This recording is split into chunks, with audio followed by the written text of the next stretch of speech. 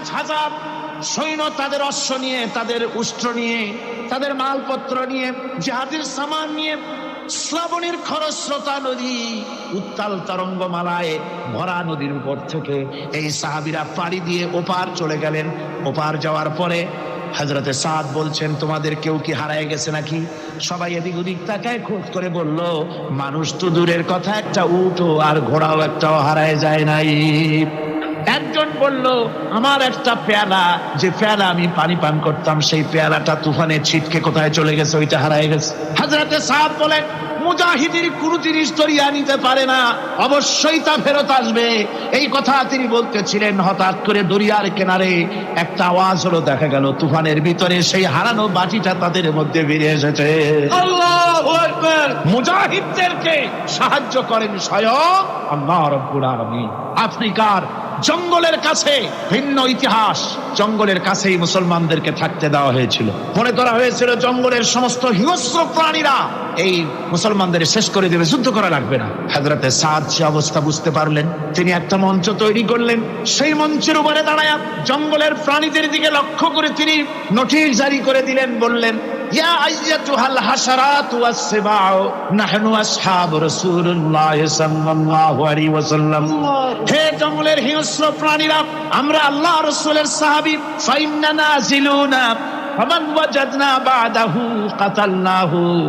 আমরা রাসূলের সাহাবী, এইখানে আল্লাহর দ্বীনকে কায়েম করার জন্য আমরা এসেছি, আল্লাহর কলেমার আওয়াজ নিয়ে আমরা এখানে রাত কাটাবো। সুতরাং এই জঙ্গলের ভিতরে হিংস্র প্রাণী যত আছো, সব আমাদের এই জায়গা ছেড়ে অন্যত্র চলে যাও। আফ্রিকার জঙ্গলি মানুষেরা চিন্তা করলো, মানুষের কথা কি জঙ্গলি প্রাণীতে শোনে নাকি, পাগলে কয় কি? তারা তাকায় তাকায় দেখলো, হযরতে সাদের এই ঘোষণার পরে বাঘের কাতারে বাঘ, সিংহের কাতারে সিংহ, সাপের কাতারে সাপ, যার যার ডিম আর বাচ্চাগুলি মুখে কামড়ায়া সাহাবীদের এলাকা ছেড়ে দিয়ে তারা অন্যত্র চলে গেল। আমার মুসলমান ভাইরা, এই ছিল মুসলমানদের ইতিহাস। দ্বীন প্রতিষ্ঠা করার কাজে মুসলমান এগোলে আল্লাহই মদত করেন। কে মদত করেন? এই অপরাধে বেলালকে তারা মেরেছে, তাকে ঘিরা ওরা হযরতে খাব্বাবকে বেঁধেছে, ওটির সাথে বেঁধে চতুর্দিক থেকে তীর নিক্ষেপ করছে, তরবারি মারতেছে, শরীরের গোশত পড়ে। হযরত আব্বাস রাদিয়াল্লাহু তাআলা আনহু বর্ণনা করছেন, সামি'তু রাসূলুল্লাহ সাল্লাল্লাহু আলাইহি ওয়াসাল্লাম ইয়াকুল, আইনান লা তামাসসুহান নারু আইনুন বাকাত মিন খাশিয়াতিল্লাহ ওয়া আইনুন বাতাত তাহরিসু ফি সাবিলিল্লাহ, রাওয়াহু তিরমিজি। হযরত ইবনে আব্বাস রাদিয়াল্লাহু তাআলা তিনি বলছেন, আমি রাসূলুল্লাহকে বলতে শুনেছি, আল্লাহর নবী বলেছেন, দুইটি চোখে জাহান্নামের আগুন দুইটা চোখকে স্পর্শ করবে না। একটা চোখ হচ্ছে গভীর রাত্রে যারা আল্লাহর ভয়তে, জাহান্নামের ভয়তে যারা কান্দে, জাহান্নামের আগুন ওই চক্ষুকে স্পর্শ করবে না।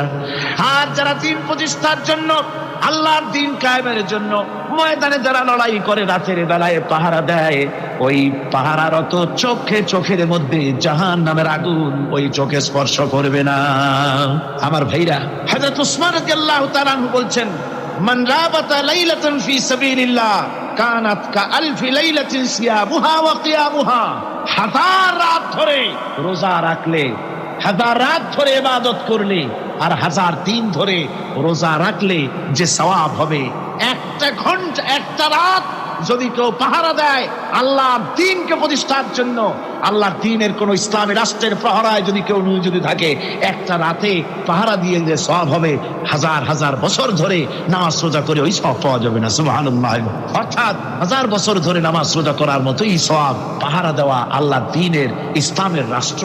বন্ধুগণ, রাসূল পাক সাল্লাল্লাহু আলাইহি ওয়াসাল্লাম তিনি বলেছেন, কিয়ামতের দিন জাহান্নামের আগুন আর জিহাদের ময়দানের ধুলি, এই দুটি একসঙ্গে কোন মানুষের পেটের মধ্যে প্রবেশ করবে না। রাসূল পাক সাল্লাল্লাহু আলাইহি ওয়াসাল্লামের একটি হাদিস যা মিশকাত শরীফের মধ্যে বর্ণিত আছে। মিশকাত শরীফের সম্ভবত 336 পৃষ্ঠায় এই হাদিসটি বর্ণনা করা হয়েছে, যে হযরত ইবনে আইস রাদিয়াল্লাহু তাআলা আনহু হচ্ছেন এই হাদিসের রাবী। তিনি বলছেন, একবার হুজুর সাল্লাল্লাহু আলাইহি ওয়াসাল্লাম এক ব্যক্তির জানাজায় গিয়ে উপস্থিত হলেন। হযরত ওমর রাদিয়াল্লাহু তাআলা আনহু তখন হুজুরকে বললেন, হে রাসূল, আপনি এই লোকটার জানাজা পড়বেন? এই লোক তো ইসলামের এই ক্ষতি করেছে, সেই ক্ষতি করেছে, অমুক করেছে, এই লোকটার আপনি জানাজা পড়বেন? হুজুর তখন উপস্থিত লোকদের জিজ্ঞেস করলেন, হাজিরিন, তোমরা কি কেউ এই লোকটাকে কোন ইসলামের ভালো কাজ করতে দেখেছো? একজন লোক দাঁড়িয়ে গেলেন, তিনি বললেন, হে আল্লাহর নবী, আমি সাক্ষী, আমি দেখেছি একটা মুজাহিদ বাহিনী জিহাদ করে ফিরতেছিল, তো এক জায়গায় তারা ডেরা গাড়লো, শিবির স্থাপন করলো, রাত কাটাবে বললো। আমি দেখেছি এই লোকটি সারা রাত সেই মুজাহিদদেরকে, সাহাবীদেরকে সারা রাত জেগে জেগে পাহারা দিয়েছে। আল্লাহর নবী জানাজার ইমামতি করলেন, আর এরপরে তাকে কবরের মধ্যে মাদফুন করে দিয়ে নবীজি তার কবরের পাশে দাঁড়িয়ে বললেন, ইন্না আসহাবাকা ইয়াদুন্নুনা আন্নাকা মিন আহলিন নার ওয়া আনা আশহাদু আন্নাকা মিন আহলিল জান্নাহ। নবীজি বলছেন, ও কবরবাসী, তোমার সাথীরা মনে করে তুমি জাহান্নামী, আর আমি নবী মুহাম্মদ সাল্লাল্লাহু আলাইহি ওয়াসাল্লাম সাক্ষী দিচ্ছি তুমি বেশক আল্লাহর বেহেশতি, তুমি অবশ্যই আল্লাহর জান্নাতে যাবে। এরপর হযরত ওমরের দিকে ফিরে রাসূলুল্লাহ বললেন, ওমর, মানুষের শুধু বাহ্য দৃশ্যটাই দেখো না, তার অন্তরের জাযবাটাকেও কদর করো। সুবহানাল্লাহ বিহামদিহি। এই জিহাদের ময়দানে যারা কাজ করে, জান দেয়, মাল দেয়, আল্লাহ পাক তাদের উপরে রহম করে। এই জিহাদ হচ্ছে এক অগ্নি পরীক্ষা। এই জিহাদটা কি? অগ্নি পরীক্ষা। এমনি এমনি বেহেশতে যাওয়া যাবে না ভাই। আল্লাহ রাব্বুল আলামিন কোরআনে কারীমের মধ্যে বলেছেন, আহাসিবান নাসু আইয়ুতরাকু আইয়াকুলু আমান্না ওয়া হুম লা ইফতানুন। লোকেরা কি ভেবেছে নাকি যে ঈমান এনেছে, এই কথাটা বললেই আমি বেহেশত দিয়ে দিই, মুমিন বলে সার্টিফাই করব? না, যখনই তারা বলবে আমি মুমিন, আমি তখন তাকে অবশ্যই পরীক্ষা করব। এই পরীক্ষায় তাকে পাশ করতে হবে। কোরআনে কারীমে আল্লাহ রাব্বুল আলামিন অনেক জায়গায় কথাগুলি বলেছেন, এমনি এমনি ছেড়ে দেওয়া হবে না। আমি অতীতের লোকদেরকেও পরীক্ষা করেছি, তোমাদেরকেও পরীক্ষা করব। পরীক্ষা না দিয়ে কেউ তোমরা বেহেশতে যেতে পারবে না। এই জমিনে তোমাদের আগুনের পরীক্ষা দিতে হবে। পয়গম্বরেরা কষ্ট করেছেন, সাহাবায়ে কিরাম কষ্ট করেছেন। আল্লাহ রাব্বুল আলামিন তিনি বলছেন, আম হাসিবতুম আন তাদখুলুল জান্নাতা ওয়া লাম্মা ইয়াতিকুম মাসালুল লাযীনা খালাউ মিন ক্বাবলিকুম মাসাতহুমুল বাসাউ ওয়াদ-দাররাউ ওয়া যুলজিলু হাত্তা ইয়াকুলার রাসূলু ওয়াল্লাযীনা মা'হু মাতা নাসরুল্লাহ আলা ইন্না নাসরাল্লাহি করিব। আল্লাহ রাব্বুল আলামিন বলেন, তোমরা কি মনে করেছো যে তোমরা বেহেশতে প্রবেশ করবে, অথচ তোমাদের পূর্বে যারা এই পৃথিবীতে এসেছিল তাদেরকে আমি যেমন পরীক্ষা করেছি, ওরকম পরীক্ষা এখনো তোমাদের উপরে আসে নাই, ওরকম বিপদও আসে নাই, মুসিবতও আসে নাই। এমন বিপদ এসেছিল নবীদের উপরে, সাহাবায়ে কিরামদের উপরে, যে বিপদে মানুষ চচ্চরিত হয়ে গিয়ে নবী এবং তার সাথী সঙ্গীরা এ কথা তারা মুখ থেকে বেরিয়ে গেছে, মাতা নাসরুল্লাহ। আয় আল্লাহ, তোমার মদদ কখন আসবে? তোমার মদদ কখন আসবে? মার খেতে খেতে তো শেষ হয়ে গেল। এইভাবে যখন মার আসে চতুর্দিক থেকে, আর মুমিনেরা ময়দানে পা জমায় টিকে থাকে দিন প্রতিষ্ঠার জন্য, আল্লাহ তখন খুশি হয়ে এক সময় ঘোষণা করে দিবেন, আলা ইন্না নাসরাল্লাহি করিব। আর দেরি নাই, আমার মদদ, আমার সাহায্য তোমাদের জন্য অবধারিত। সুবহানাল্লাহ। আমার ভাইরা, বিষয়টা সহজ নয়। শুধু দুইটা সেজদা দিয়া, শুধু তাহাজ্জুদের কিছু নামাজ পড়িয়া আল্লাহর জান্নাতে যাওয়া এত সহজ নয়। রাস্তা খুব কঠিন, রাস্তা খুব। ये शहादत का है उल्फत में कदम रखना, ये शहादत का है उल्फत में कदम रखना, लोग समझते हैं आसान है मुसलमान होना। এটা হলো শাহাদাতের উত্তপ্ত ময়দানে পা রাখা। লোকেরা মনে করে ইসলাম গ্রহণ করা, মুসলমান হওয়া বুঝি বড় সহজ ব্যাপার। এত সহজ না। আমরা হানফি মাসলাকের লোক, ইমাম আবু হানিফার মাসলাক অনুযায়ী চলি। আমরা মনে করি বেহেশতে এমনি যাব, কিন্তু আমাদের ইমাম সাহেব কি করছেন ওই ইতিহাস আমাদের জানান। খাজা বাবার মহব্বতে অস্থির। রজব মাস আসলে পরে বড় বড় ডেক্সি চড়ায়, সেই ডেক্সির উপরে লাল শালু বিছায়, তারপরে টাকা পয়সা রোজগার বহুত করে। আসলে তো খাজা না, আসলে হচ্ছে ইয়া খাজা কুস্তু আজা, পেট তো ভর যায়। পেট ভরার জন্য পয়সা করে ইনকাম করা। খাজার লা ইলাহা ইল্লাল্লাহ এই চিশতিয়া তরিকার জিকির গ্রহণ করা হয়েছে, কিন্তু চিশতিয়া তরিকা যে আরেকটা আছে, কারাগার পর্বতে পৃথিবীরাজের সঙ্গে লড়াই করা, সেইটার কাছে নেই আমরা। সেটা ইমাম আবু হানিফা শুধু মস্তাই বলেন নাই, দিন প্রতিষ্ঠার জন্য রক্ত দিয়েছেন, ঠিক কিনা? 8 বছর পর্যন্ত কারারুদ্ধ ছিলেন। তাকে জিজ্ঞেস করা হয়েছে, ইমাম সাহেব জেলের মধ্যে তো আছেন, কষ্ট হয়? ইমাম সাহেব বলেছেন, না কষ্ট হয় না, তবে মাঝে মাঝে একটু কষ্ট হয় মনে। 2-4 মাস পর পর আমার বুড়ি মাকে এনে হাজির করা হয় জেলখানার মধ্যে, আর আমার মায়ের সামনে আমাকে পেটানো হয়, যেন মা আমাকে বলে যে এদের সাথে একমত হয়ে যা, সেই জন্য পেটানো হয়। আমার মা আমার মায়ের দেখে, আর মায়ের চোখ থেকে পানি পড়তে থাকে, তখন আমার মনে বড় কষ্ট লাগে। তবে আলহামদুলিল্লাহ, মা আমার এমন, আমার মা দেখেন আর হজম করেন। একটি নতুন মোবাইল অ্যাপ্লিকেশন যা এই মুহূর্তে বাংলাদেশে হয়ে উঠেছে 1 নম্বর। অসংখ্য ধন্যবাদ এই অ্যাপটির জন্য, যার মাধ্যমে 10,000-এরও বেশি মানুষ কোটিপতি হয়েছেন এবং প্রতিদিনই বাড়ছে এর সংখ্যা।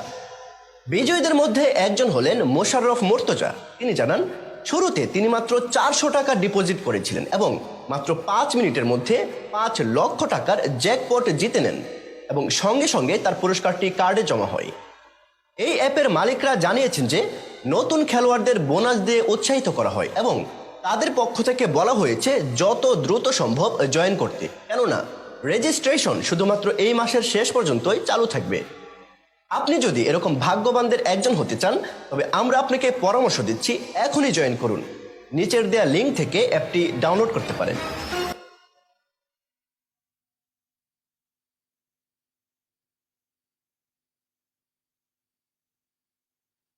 সর্বশেষ যে ব্যক্তি জাহান্নাম থেকে মুক্তি লাভ করবে, তাকে আল্লাহ পাক বলবেন, ফেরেশতাদেরকে বলবেন, ও আমার ফেরেশতারা, আমার এই বান্দাকে জান্নাত এবং জাহান্নামের মাঝখানে রেখে দাও। জান্নাত এবং জাহান্নামের মাঝখানে লোকটি যখন থাকার জায়গা পাবে, সে জান্নাতের দিকে তাকায়া দেখবে আর কাঁদতে থাকবে। আল্লাহ পাক জিজ্ঞেস করবেন, বান্দারে, যুগের পর যুগ ধরে জাহান্নামে কেঁদেছ, আমি রব্বুল আলামিন জাহান্নাম মাফ করে দিয়া জান্নাত জাহান্নামের মাঝখানে রেখে দিয়েছি, আযাব থেকে তো বেঁচে গেছো, এখন কান্দো কেন? লোকটি বলবে, রব্বুল আলামিন, কান্দি এই কারণে, জাহান্নাম থেকে মাফ করেছো, তোমার শুকরিয়া আদায় করি। জান্নাত তো আমার কপালে নাই, কিসমতে নাই, কিন্তু জান্নাত আমি এখান থেকে দেখতে পাচ্ছি, জান্নাতের সুঘ্রাণ আমার নাকে আসতেছে, কপালে নাই যাওয়ার। আমি কাঁদি এই জন্য, তুমি যদি মেহেরবানি করে আমাকে জান্নাতের দরজার কাছে একটু দাঁড় করায় দিতা, প্রাণ ভরে তোমার জান্নাতের দৃশ্যটা একটু দেখতা। আল্লাহ পাক তার আরজি পূরণ করবেন, বলবেন, যাও। ফেরেশতাদের বলবেন, এর জান্নাতের দরজার কাছে দাঁড় করায় দাও। জান্নাতের দরজার কাছে দাঁড়িয়ে লোকটি আবার কান্না শুরু করবে। আল্লাহ পাক প্রশ্ন করবেন, এবার কান্দো কেন? লোকটি বলবে, রব্বুল আলামিন, কান্দি এই কারণে, জান্নাতের এই দরজায় দাঁড়ায়া জান্নাতের অফুরন্ত নেয়ামত কিছুই ভালো করে দেখা যায় না, শুধু অল্প জায়গা দেখি। যদি তুমি আমারে দয়া করে জান্নাতের মাঝখানে দাঁড় করায় দিতা, চতুর্দিকে তাকায়া তাকায়া দেখা কলিজারে ঠান্ডা বানাইতাম। তবে আমি ওয়াদা করি, জান্নাতের কোনো নাজ নেয়ামত, কোনো ফল আমি খাবো না, ধরবো না, সইব না। একটুখানি মেহেরবানি করে মাঝখানে দাঁড় করাইয়া দাও, জান্নারে ঠান্ডা করি। আল্লাহ রব্বুল আলামিন ফেরেশতাদের বলবেন, আমার এই বান্দারে জান্নাতের মাঝখানে দাঁড় করাইয়া দে। আল্লাহর নবী বলেন, জান্নাতের মাঝখানে দাঁড়িয়ে লোকটি আগের চাইতে আরো জোরে চিৎকার মেরে কাঁদতে থাকবে। আল্লাহ পাক বলবেন, বান্দারে, কি হলো তোর? দরজার কাছে আসতে চাইছি রে, আইনা দিলাম। আবার এবার মাঝখানে আসতে চাইছো, তাও এনে দিয়েছি, আবার কান্দো কেন? লোকটি বলবে, রব্বুল আলামিন, এবার কান্দি এই জন্যে, তুমি যখন দয়া করে একটিবার জান্নাতের মাঝখানে এনে আমাকে দাঁড় করায় দিয়েছো, তুমি রহমান রহিম গফুরুর রহিম, এই জান্নাত থেকে আবার আর বাইর করে দিও না। আল্লাহ রাব্বুল আলামিন বলবেন, ও আমার বান্দারে, আমার এই জান্নাত তোর খুব পছন্দ হয়েছে নাকি? লোকটি বলবে রব্বুল আলামিন কলিজা ঠান্ডা হয়ে গেছে, ভাবতেও পারি নাই জান্নাত এত সুন্দর। আল্লাহ পাক বলবেন বান্দারে এরকম একটি নয় দুইটা নয়, তোর জন্য আমি 10টা জান্নাত এইরকম রিজার্ভ করে রাখছি। সুবহানাল্লাহ সুবহানাল্লাহ। আল্লাহ পাককে ভয় করে পৃথিবীর সমস্ত পাপ থেকে যারা নিজেকে রক্ষা করবে আল্লাহ তাদের জন্য এই জান্নাত রেখে দিয়েছেন। সুবহানাল্লাহ। সেই জান্নাতের রিসিপশন আপনারা আন্দাজ করতে পারবেন না রিসিপশন কারে কয়। কি এর প্রধানমন্ত্রী আর প্রেসিডেন্ট 4-5টা পুলিশ আর আর্মি এসে একটা ছট করে সেলুট মারলো, বাস শেষ হয়ে গেল, এরকম না। জান্নাতীদেরকে রিসিপশন দেওয়া হবে। জান্নাতীরা যখন আল্লাহর হুকুমে জান্নাতের দিকে যেতে লাগবে, আর যখন জান্নাতের কাছে চলে যাবে আল্লাহ রাব্বুল আলামিন শোনায় দিচ্ছেন, হাত্তা ইযা জাউহা ফুতিহাত আবওয়াবুহা ওয়া ক্বালা লাহুম খাজানাতুহা সালামুন আলাইকুম তিবতুম ফাদখুলুহা খালিদিন। সুবহানাল্লাহ। জান্নাতীরা যখন জান্নাতে প্রবেশ করার দরজার মুখোমুখি হবে, তার রক্ষীগণ তখন বলবে সালামুন আলাইকুম, আল্লাহর শান্তি তোমাদের উপরে বর্ষিত হোক। সুবহানাল্লাহ।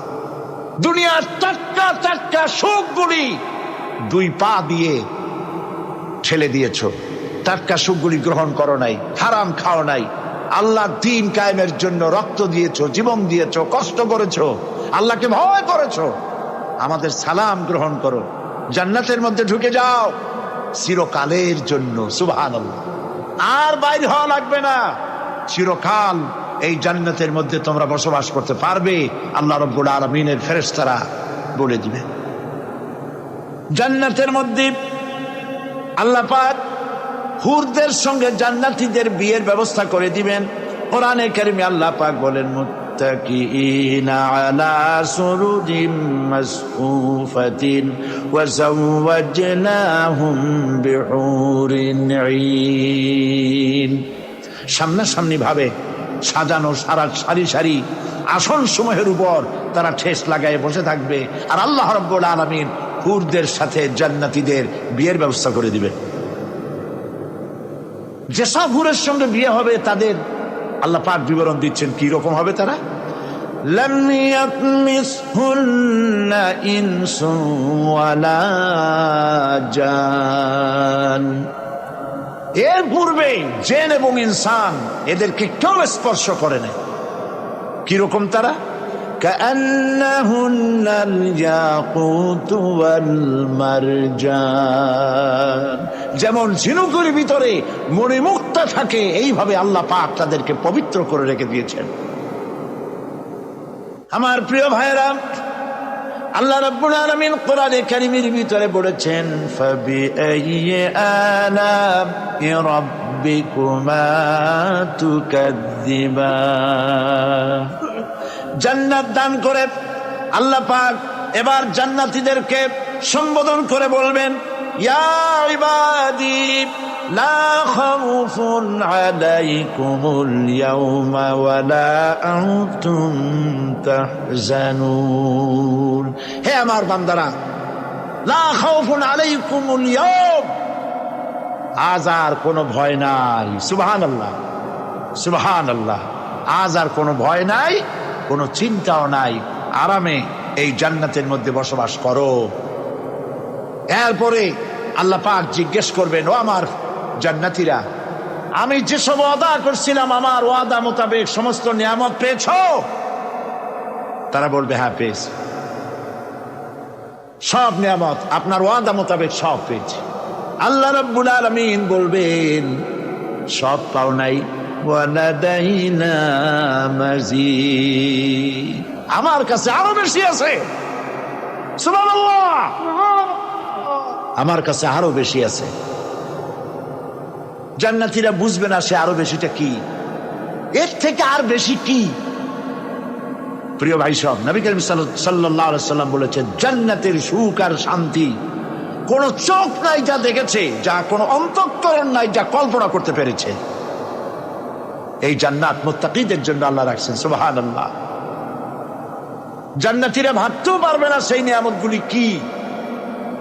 প্রিয় ভাই সব, সেই মুহূর্তে আল্লাহর নবী মুহাম্মদ রাসূলুল্লাহ সাল্লাল্লাহু আলাইহি ওয়াসাল্লাম বলবেন, রব্বুল আলামিন, আমার উম্মতেরা জান্নাতীরা বুঝতে পারে নাই আপনার কাছে কি নিয়ামত আরো বেশি আছে। আমার এই উম্মতেরা জান্নাতীরা আপনার ওয়াদা মোতাবেক সব পেয়েছে, কিন্তু একটি জিনিস এখনো তাদের কিসমতে হয় নাই। সেই জিনিসটা হলো, যারা তার রবকে না দেখে শুধু কোরআন আর হাদিসের কথা শুনে আরবের ঘুম হারাম করে তাহাজ্জুদের নামাজ আদায় করেছিল, চোখের পানি ফেলেছিল, যারা জান্নাত দেখে নাই, জাহান্নাম দেখে নাই, আপনাকে ভয় করে যারা জীবন পরিচালনা করেছিল, যারা আপনাকে দেখে নাই, না দেখে শুধু কোরআন হাদিস বিশ্বাস করে যারা অকাতরে নিজেদের জীবন বিলায় দিয়েছিল, এই জান্নাতীরা এখন পর্যন্ত তার রবকে দেখতে পারে নাই। আল্লাহ রাব্বুল আলামিন তার সামনে থেকে ৭০,০০০ পর্দা সরে যাবে। আল্লাহ পাক বান্দাদের আরজি পুরা করার জন্য জান্নাতীদের সামনে তিনি জালোয়া ফরজ হবে। কোরআন শরীফের ভিতরে আল্লাহ পাক বলেন, জান্নাতীরা তারা আল্লাহর দিকে, জান্নাতীরা তার রবের দিকে তাকিয়ে থাকবে, আর রব তার বান্দাদের দিকে তাকাইয়া থাকবে। প্রাণ ভরে জান্নাতীরা রবকে দেখবে, সুবহানাল্লাহ, আল্লাহ পাককে দেখবে। প্রাণ খুলে আজ দোয়া করি, রব্বুল আলামিন, জান্নাতের যেই পরিবেশে, যেই জায়গায় তুমি দয়া করে তোমার গোলামদেরকে তুমি নিজেই দর্শন দিবে, দেখা দিবে। মনিব ও আমাদের রব, আজ এই বিশাল জনসমুদ্র নিয়ে তোমার দরবারে আবেগ ভরা কণ্ঠে বলি, যেই অনুষ্ঠানটি তুমি এমন মুবারক অনুষ্ঠান করবে যেখানে তুমি জান্নাতীদেরকে দেখা দিবে, ওই জান্নাতের কোনো একটি, ওই অনুষ্ঠানের কোনো একটি কোনায় কানায় আমাদেরকেও দাঁড় করাইয়া দেখান তো।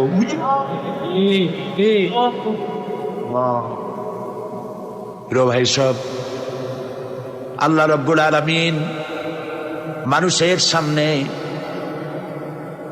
এত সব নিয়ামত রেখেছেন, এই জান্নাত দান করবেন। এরপরে আল্লাহ রাব্বুল আলামিন কোরআনে কারীমের মধ্যে বলেছেন, রব্বিস সামাওয়াতি ওয়াল আরদি ওয়া মা বাইনাহুমার রাহমানি লা ইয়ামলিকুনা মিনহু খিতাবা। এসব পুরস্কার রয়েছে তোমাদের সেই রবের পক্ষ থেকে যিনি আকাশ আর জমিনের মালিক। সুবহানাল্লাহ বলবেন না? যার সামনে কথা বলার ক্ষমতা কারো হবে না। এটি একটি মারাত্মক কথা। কিয়ামতের দিন আল্লাহর দরবারে কেউ কথা বলতে পারবে না আল্লাহর নির্দেশ ছাড়া। একটি আকীদা পরিষ্কার করে নিয়ে যান আপনাদের, সে আকীদাটা এভাবে পরিষ্কার করুন, কোন পীর সাহেব, কোন খাজা বাবা, কোন মাওলানা, কোন মুহাদ্দিস, কোন বুজুর্গ আপনাকে সুপারিশ করতে পারবে না যদি না আল্লাহ পাক তাকে কথা বলার তৌফিক না দেয়। মনে থাকবে এটা। আয়াতুল কুরসির ভিতরে আমরা পড়ি, মান যাল্লাযী ইয়াশফাউ ইনদাহু ইল্লা বিইজনিহি।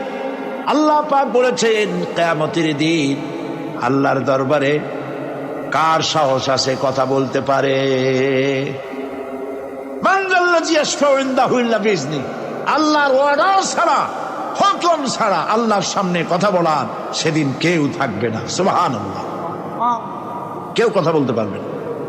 সুপারিশ করতে হবে আল্লাহ যারে বলেন তুমি করো, অমুকের জন্য করো, সেই ব্যক্তি শুধু তার জন্যই করতে পারবে, আর কেউ কথা বলতে পারবে না। সেই কঠিন হাসরের ময়দান যেদিন শুধুমাত্র আল্লাহ পাক কথা বলবেন, আর যারে বলতে বলবেন সেই কেবলমাত্র বলতে পারবে। সুপারিশ এটি আল্লাহ পাক কিয়ামতে পারমিশন দিলে বলা যাবে। হযরত ইব্রাহিম আলাইহিস সালাম কিয়ামতের দিন তার নিজের পিতা সম্পর্কে সুপারিশ করবেন। রব্বুল আলামিন, আমার আব্বার জন্য সুপারিশ করতেছি, মেহেরবানি করে জাহান্নাম থেকে তারে আপনি রক্ষা করুন। আল্লাহ রব্বুল আলামিন বলবেন, ইব্রাহিম তোমার সুপারিশ মঞ্জুর হবে না। প্রিয় ভাই সব, একটু মাথা খাটান, চিন্তা করেন। উলুল আযম পয়গম্বর, জাতির পিতা। কে জাতির পিতা? চিল্লায় বলুন, কলিজা সাফ করে ফেলুন। মুসলমানদের জাতির পিতা হাবিজাবি কেউ হতে পারে না। মিল্লাতা আবিকুম ইব্রাহিম, ইব্রাহিম আলাইহিস সালাম এই মিল্লাতের পিতা। সুবহানাল্লাহ। হযরত ইব্রাহিম আলাইহিস সালাম কিয়ামতের দিন বলবেন, আল্লাহ আমার আব্বার জন্য সুপারিশ করছি। আল্লাহ পাক বলবেন মঞ্জুর হবে না। আজর তোমার পিতা হতে পারে, কিন্তু আমার খলিলকে আগুনে ফেলার জন্য নমরুদকে সে সহযোগিতা করেছে, আমি তোমার পিতাকে ক্ষমা করব না। নবী করিম সাল্লাল্লাহু আলাইহি সাল্লামকে সাহাবায়ে কেরাম জিজ্ঞেস করেছেন, হে রাসূল, আপনার আব্বা এবং আম্মার অবস্থা কি হবে? নবী করিম সাল্লাল্লাহু আলাইহি সাল্লাম কেঁদে ফেলেছেন, সব বলেছেন, আমি তাদের কোনো উপকারে আসব না। আল্লাহু আকবার। আপনি মনে করছেন নাকি যে ইয়া নবী সালাম আলাইকা বলি অমনি নবী সুপারিশ পাবেন? এত সহজ। কতগুলা রসগোল্লা খাইলেন আর বড় একটা মিছিল করলেন আর অমনি চলে যাবেন? পৃথিবীর সব মানুষ, সাহাবায়ে কেরাম বাদ দেন, পৃথিবীর সমস্ত মানুষ একত্রিত হয়ে আবু তালেব রাসূলুল্লাহকে যে ভালোবেসেছেন, ওর 1000 ভাগের 1 ভাগও সারা দুনিয়ার মানুষ রাসূলুল্লাহকেই ভালোবাসতে পারবে? পারবে? নিজের ছেলে আলীকে, আলী রাদিয়াল্লাহু তাআলা আনহুকে আলাদায় বিছানায় শোয়াইয়া, ছোট্ট মানুষ হযরত আলী আলাদা জায়গায় রাখিয়া মুহাম্মদুর রাসূলুল্লাহ সাল্লাল্লাহু আলাইহি ওয়াসাল্লাম এতিম মানুষ, তারে কলিজার সাথে বুকের মধ্যে আশ্রয় দিয়ে আগলে রেখেছেন বুক করে। সেই আবু তালেব মৃত্যুর সময় নবী করিম সাল্লাল্লাহু আলাইহি ওয়াসাল্লাম বলেছিলেন, চাচা একটিবার আমার কানে তাওহীদের কালেমা শোনায় দেন। আবু তালেব, তার কিসমতে ছিল না কালেমা। মরে যাওয়ার পর একজন সাহাবী বলেছিলেন, ইয়া রাসূলুল্লাহ, মৃত্যুর সময় আবু তালেবের মুখ আমি নড়তে দেখেছি, তিনি কালেমা পড়েছেন সম্ভবত। রাসূলুল্লাহ সাহেব বলেছেন, আমি শুনি নাই। এত ভালোবাসার পরেও হাদিস শরীফে এসেছে আবু তালেব জাহান্নামে যাবে। কোথায় যাবে? জাহান্নামে। সবচাইতে কম আযাব হবে কার? আবু তালেবের। কম আযাবটা কি?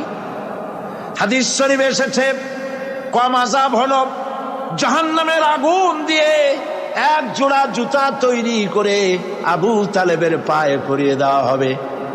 সেই জাহান্নামের আগুনের তৈরি করা জুতার তাপে আবু তালেবের মাথার ঘিলুগুলো টকবক করে বউ পড়তে লাগবে।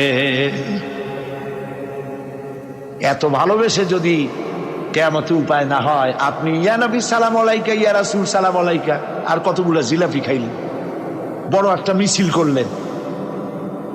প্রিয় ভাই সব, এইসব বেদাত ছাড়ুন, এগুলি সুস্পষ্ট বিদআত। রাসূলুল্লাহকে ভালোবাসবেন, সাহাবীরা যেভাবে ভালোবেসেছেন ওইভাবে ভালোবাসবেন। আল্লাহ রাব্বুল আলামিন বলেন, যালিকাল ইয়াউমুল হক ফামান শাআ আত্তাখাযা ইলা রাব্বিহি মাআবা। এই দিনটি অবশ্যই আসবে, সেদিনটি নিশ্চিতভাবে আসবে। আর এখন যার ইচ্ছা সে তার রবের দিকে অগ্রসর হোক। ইন্না আনজারনাকুম আযাবান করিবান ইয়াওমা ইয়ানজুরুল মার'উ মা কদ্দামাত ইয়াদাহু ويقول الكافر يا ليتني كنت ترابا إنا أنذرناكم عذابا قريبا খুব নিকটবর্তী একটি আযাব সম্পর্কে আমি তোমাদেরকে সতর্ক করে দিলাম। কে বলতেছেন? আল্লাহ পাক। লক্ষ্য করুন আল্লাহ কি বলছেন, খুব নিকটবর্তী একটি কঠিন শাস্তি আযাব অর্থাৎ কিয়ামত, এ সম্পর্কে আমি তোমাদেরকে সতর্ক করে দিলাম। ইয়াউমা ইয়ানজুরুল মারউ মা কদ্দামাত ইয়াদা, সেদিন প্রত্যেকটি লোক যা সে পাঠিয়ে দিয়েছিল এখানে অর্থাৎ যা করেছিল সেগুলি সে দেখতে পাবে।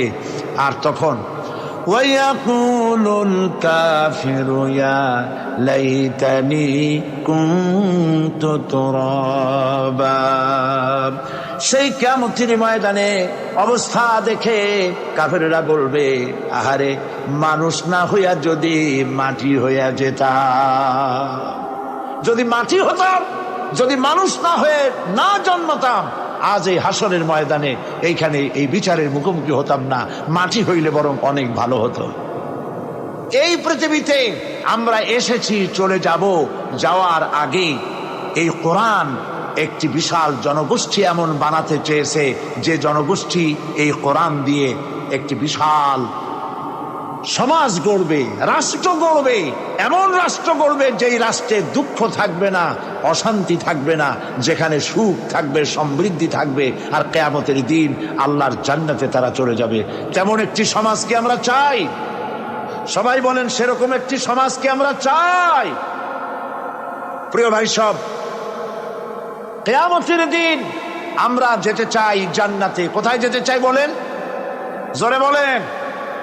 এই জান্নাতে যাওয়ার জন্যে, এই জান্নাতে যাওয়ার জন্য দুইটা কাজ করতে হবে। কয়টা কাজ? আল্লাহ রাব্বুল আলামিন বলেন, ফামান কানা ইয়ারজু লিকা রাব্বিহি ফালইআমাল আমালান সালিহান ওয়া লা ইউশরিক বিইবাদাতি রাব্বিহি আহাদা। আল্লাহ পাক বলেন, যে বাজারা আমার সঙ্গে দেখা করতে চায় কিয়ামতে, দুইটা কাজ করা লাগবে। বলেন কয়টা কাজ? একটা হলো নেক আমল। কি আমল বলেন? নেক আমল। নেক আমল কারে বলে? নেক আমল করতে হলে আবার দুইটা শর্ত লাগে। এক নম্বরে কাজটা করতে হবে আল্লাহরে খুশি করার জন্যে। কারে খুশি করার জন্য? একটা মাদ্রাসা বানাইছি যাতে লোকেরা বলে যে বড় একটা মাদ্রাসা বানাইছে, এই জন্য মাদ্রাসা বানাবেন, মসজিদ বানাবেন, হসপিটাল বানাবেন, যা কিছু করেন নিয়ত হবে আল্লাহকে খুশি করা। নিয়ত হবে কারে খুশি করা? আল্লাহ পাককে খুশি করা। এই হলো নেক আমলের প্রথম শর্ত, কাজ হবে আল্লাহকে খুশি করার জন্য। দুই নম্বরে কাজটি হতে হবে সুন্নতে নববী সাল্লাল্লাহু আলাইহি ওয়াসাল্লামের উপরে। মনে থাকবে, দাড়ি রাখবো। কেন রাখবো? রাসূলের সুন্নত। রাখবো কারে খুশি করার জন্য? আল্লাহ খুশি করার জন্য। রাখবো কার মতো? রবীন্দ্রনাথের মতো, কার্ল মার্কসের মতো, কবির মতো নয়। রাখতে হবে কার মতো? নবীর মতো। বুঝে নেন, কাজটা হতে হবে আল্লাহকে খুশি করার জন্য। দুই নম্বরে কাজটা হতে হবে সুন্নতে নববী সাল্লাল্লাহু আলাইহি ওয়াসাল্লামের উপরে হতে হবে। তাহলে এই হলো এক নম্বর। জান্নাতে যাওয়ার জন্য, আল্লাহর সাথে দেখা করার জন্য এক নম্বরের কাজ হলো নেক আমল। বলেন এক নম্বরের কাজ কি? দুই নম্বরের কাজ ওয়ালা ইউশরিক বিইবাদাতি রাব্বিহি আহাদা। আল্লাহ রাব্বুল আলামিনের ইবাদতের সাথে কাউকে শরীক স্থাপন করা যাবে না। আমরা যারা মুসলমান, অধিকাংশ মুসলমান শিরকের ভিতরে মুবতলা হয়ে আছে। বিশ্বাস করেন কিনা বলেন? কাফেরেরা তো মুশরিক আছেই, ওরা তো মুশরিক আছেই, কিন্তু আমরা মুসলমানেরা আমাদের আমলের মধ্যে, আমাদের অজান্তে সবের নিয়তে অনেক শিরক আমরা করে বসি। নাউজুবিল্লাহ। বলেন নাউজুবিল্লাহ। এই জন্য আমি বারবার সতর্ক করি, নিজেকেও করি, আপনাদেরকেও করি। এই কারণে করি, শিরকের গুনাহ আল্লাহ মাফ করবেন না। ইন্না শিরকা লাযুলমুন আযীম, শিরক মস্ত বড় অপরাধ, জুলম, আল্লাহ মাফ করবেন না। আল্লাহর কাছে কান্দে কান্দে মাপ চাওয়া লাগবে যে আল্লাহ শিরক থেকে আমাকে রক্ষা করো, বাঁচাও। অনেক গোপন শিরক আছে। মাজারে যান, পীর সাহেবের কাছে যান, মনে যদি নিয়ত থাকে উনি ফু দিলে আমি ভালো হবই, উনি তাবিজ দিলে আমার বাচ্চা হবেই, উনি আমারে দয়া করলেই আমার ব্যবসায় উন্নতি হবেই, এইটার নাম শিরক। এটার নাম কি? ওয়াইজা সাআলতা ফাসআলিল্লাহ ওয়াইজা ইসতাআনতা ফাসতাইন বিল্লাহ। যা বলার আল্লাহরে বলো, আর যা চাওয়ার কার কাছে চাও? চিল্লায় বলেন। কলিজাটাকে পরিষ্কার করে দেন আজকের মাহফিলে। এই কলিজায় কারো প্রতি কোনো ভয় রাখবো না আল্লাহ ছাড়া। ভয় করবো কারে বলেন? মহব্বত আল্লাহ ছাড়া, এত বেশি মহব্বত আর কাউকে করব না। আল্লাহ তাআলা আমাদের কলিজায় তোমার ভয় এবং মহব্বত দিয়া ভরে দাও, রাসূলের মহব্বত দিয়ে আমাদের দিলকে ভরে দাও। বিশ্বাস করুন ভাই সাহেব, কোরআন শরীফ আমার সামনে, বিশ্বাস করুন, দেশি পীর বিদেশি পীর, খাজা বাবা দেশি এবং বিদেশি, কেউ আপনার ভাগ্য বদলাই দিতে পারবে না। এই পিছনে দৌড়ায় দৌড়ায় কোনো লাভ নাই। এতক্ষণ মসজিদের ভেতরে বসে আল্লাহর কাছে কাঁদেন। ওয়াকালা রাব্বুকুম উদউনি আস্তাজিব লাকুম। তোমার রব বলেছে আমারে ডাকো, আমি ডাকের সাড়া দিয়ে দেব। সুবহানাল্লাহ।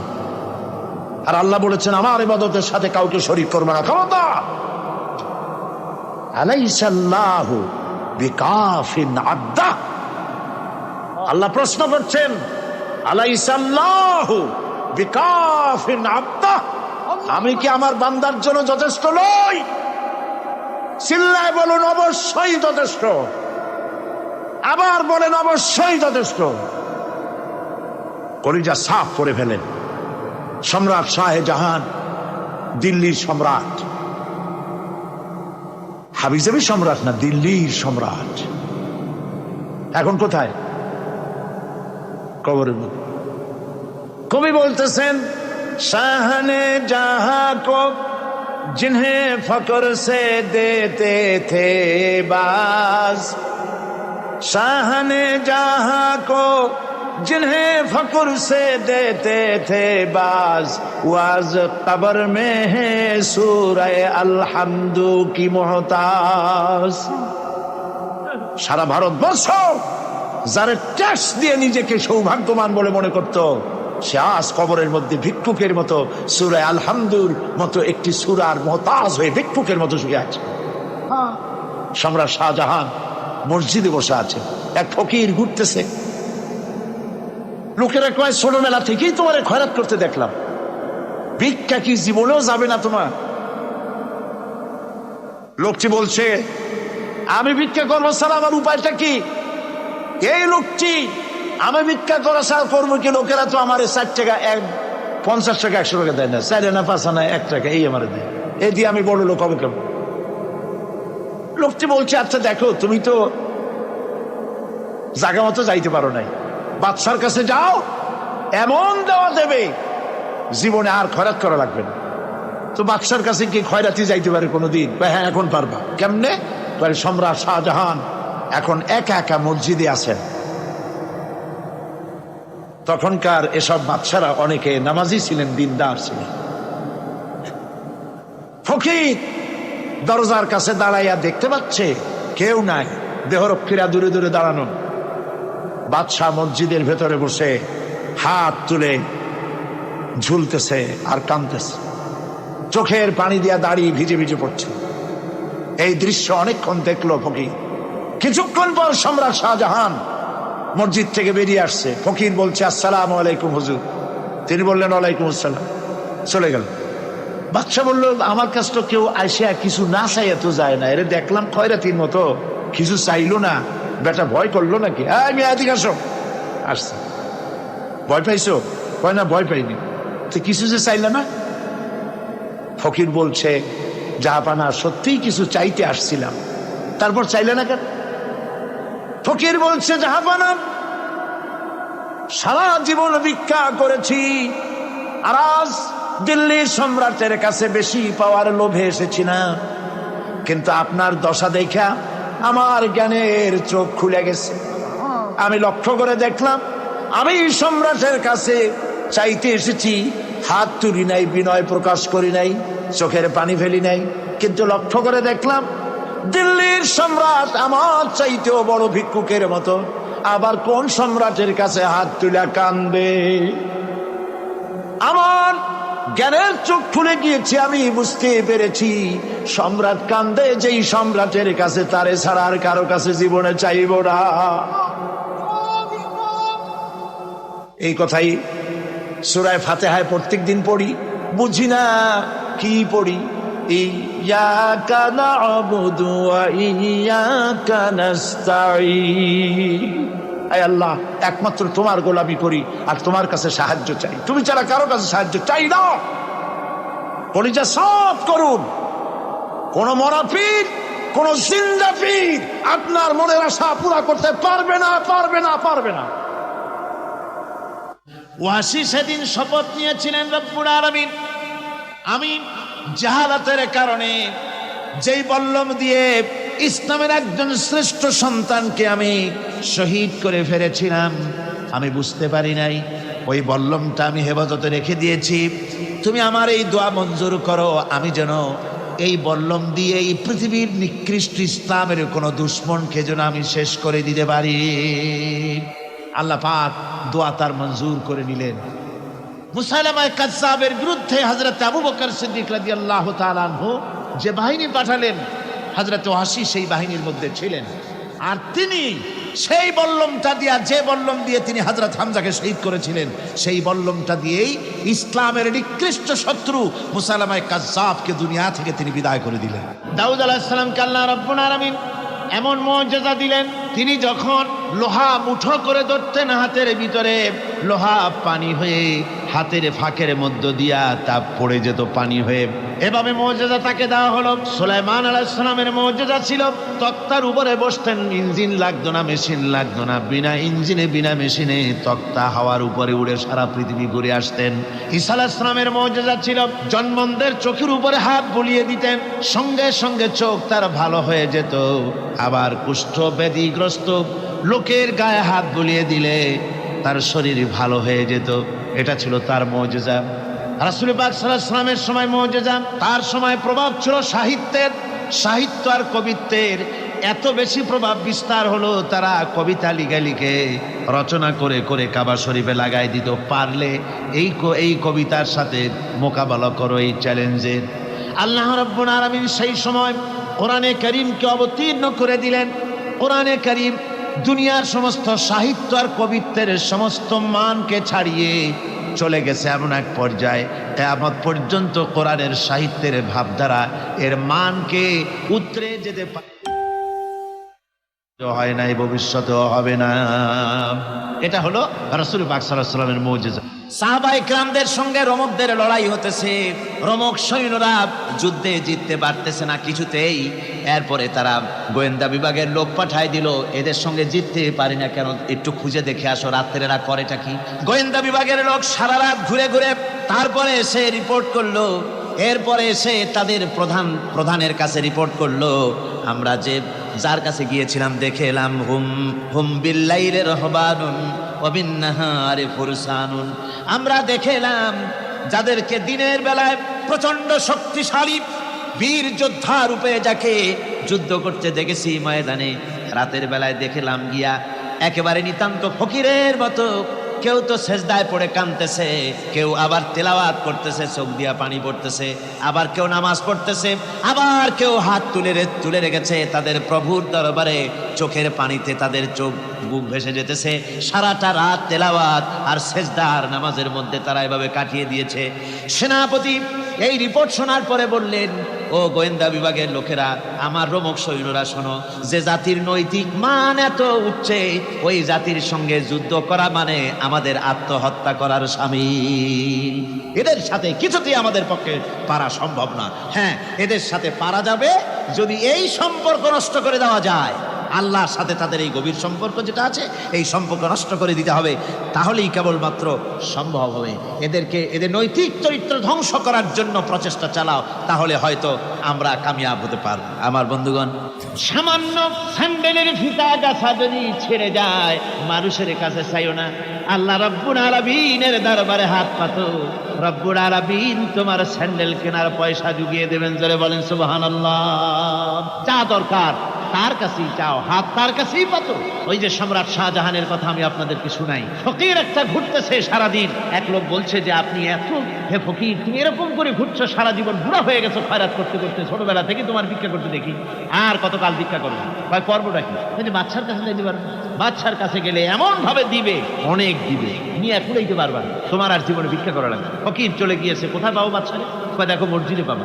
এখন তিনি নামাজ চলে গিয়েছে সেখানে, মসজিদের বারান্দায় দাঁড়ায় দেখে সম্রাট শাহজাহান হাত পেতে মোনাজাত করতেছেন, চোখের থেকে পানি পড়ে দাড়ি ভিজে ভিজে পড়ে। মোনাজাত শেষ করে বাদশা যখন বাইরে নেমেছেন, তখন ফকির তাকে সালাম দিয়ে চলে যান। বাদশা বলছেন, তুমি আমাকে সালাম দিয়ে চলে যাচ্ছ, তুমি তো ভিক্ষুক। আমার কাছে তো সমস্ত ভিক্ষুকই আমার কাছে চায়, ভিক্ষুক তো ভালো, ধনীরাও আমার কাছে চায়, তুমি ভিক্ষুক মানুষ আমার কাছে চাইলে না, সালাম দিয়ে চলে যাও। ফকির বলতেছেন, জাহাপানা, সত্যিই কিছু চাইতে এসেছিলাম, কিন্তু আমি আপনাকে দেখার পরে আমার চিন্তার পরিবর্তন হয়ে গেছে।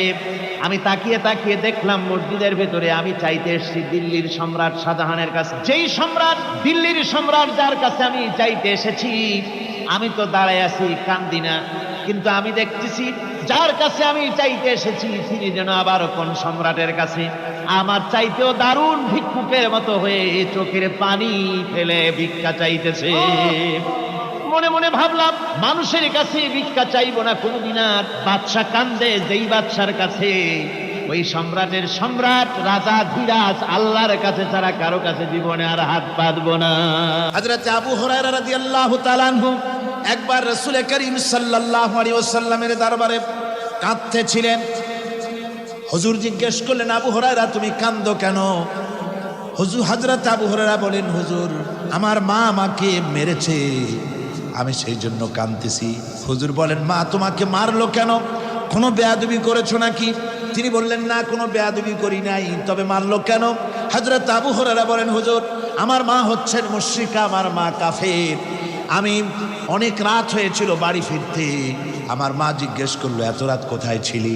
আমি বললাম, মা তাম পৃথিবী যে কদম মোবারক চুমতে পারলে নিজেকে ধন্য মনে করে, আমি সেই রাসূলের দরবারে ছিলাম, আসতে দেরি হয়ে গেছে।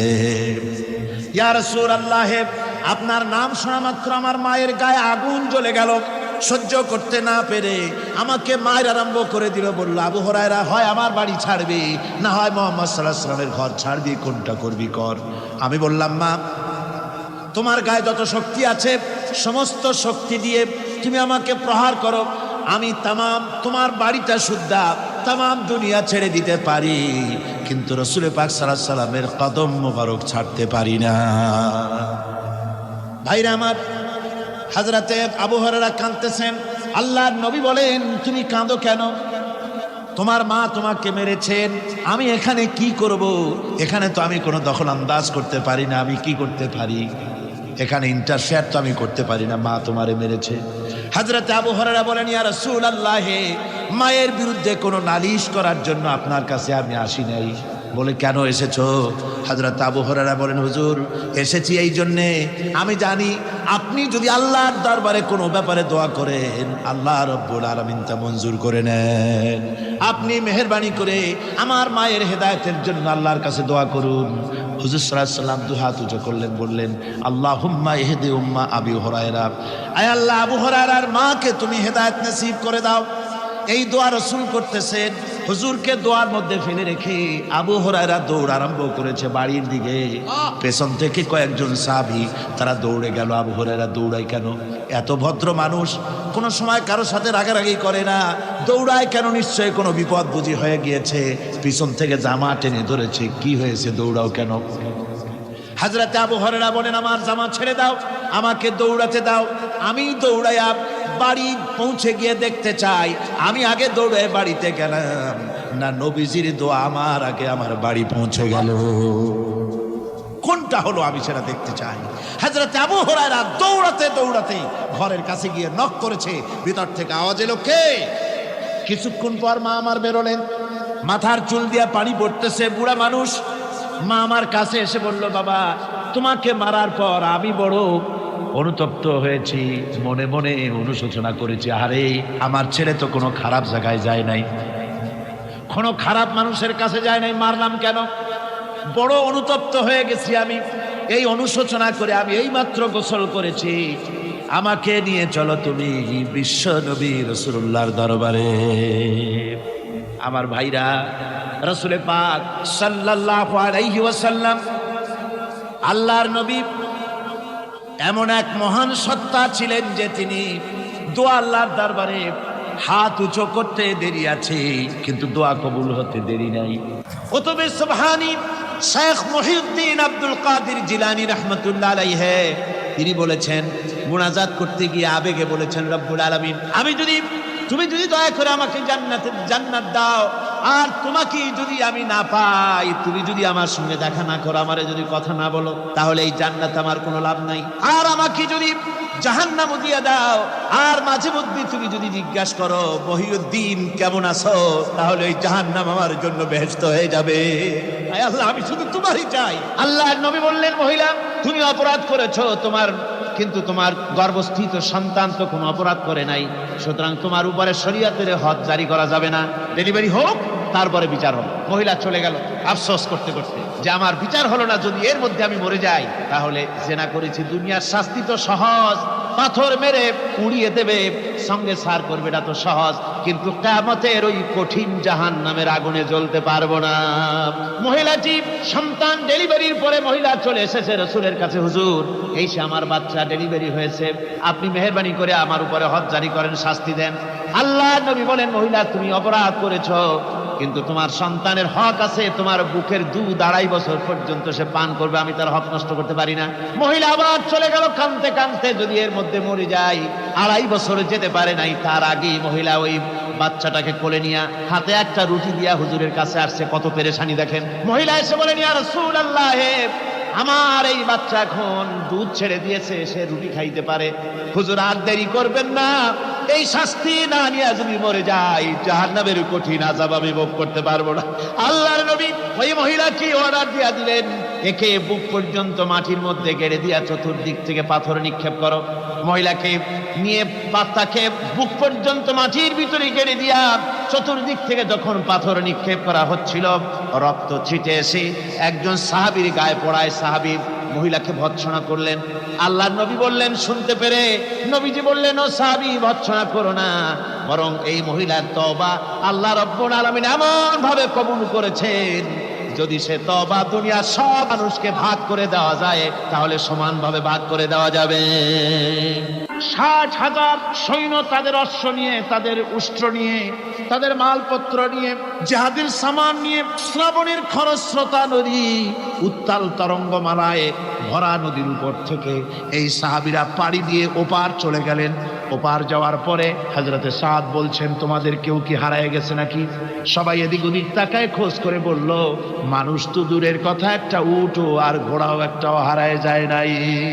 একজন বলল, আমার একটা পেয়ালা, যে পেয়ালা আমি পানি পান করতাম, সেই পেয়ালাটা তুফানে ছিটকে কোথায় চলে গেছে, ওইটা হারায় গেছে। হযরতে সাদ বলেন, মুজাহিদের কোনো জিনিস দরিয়া নিতে পারে না, অবশ্যই তা ফেরত আসবে।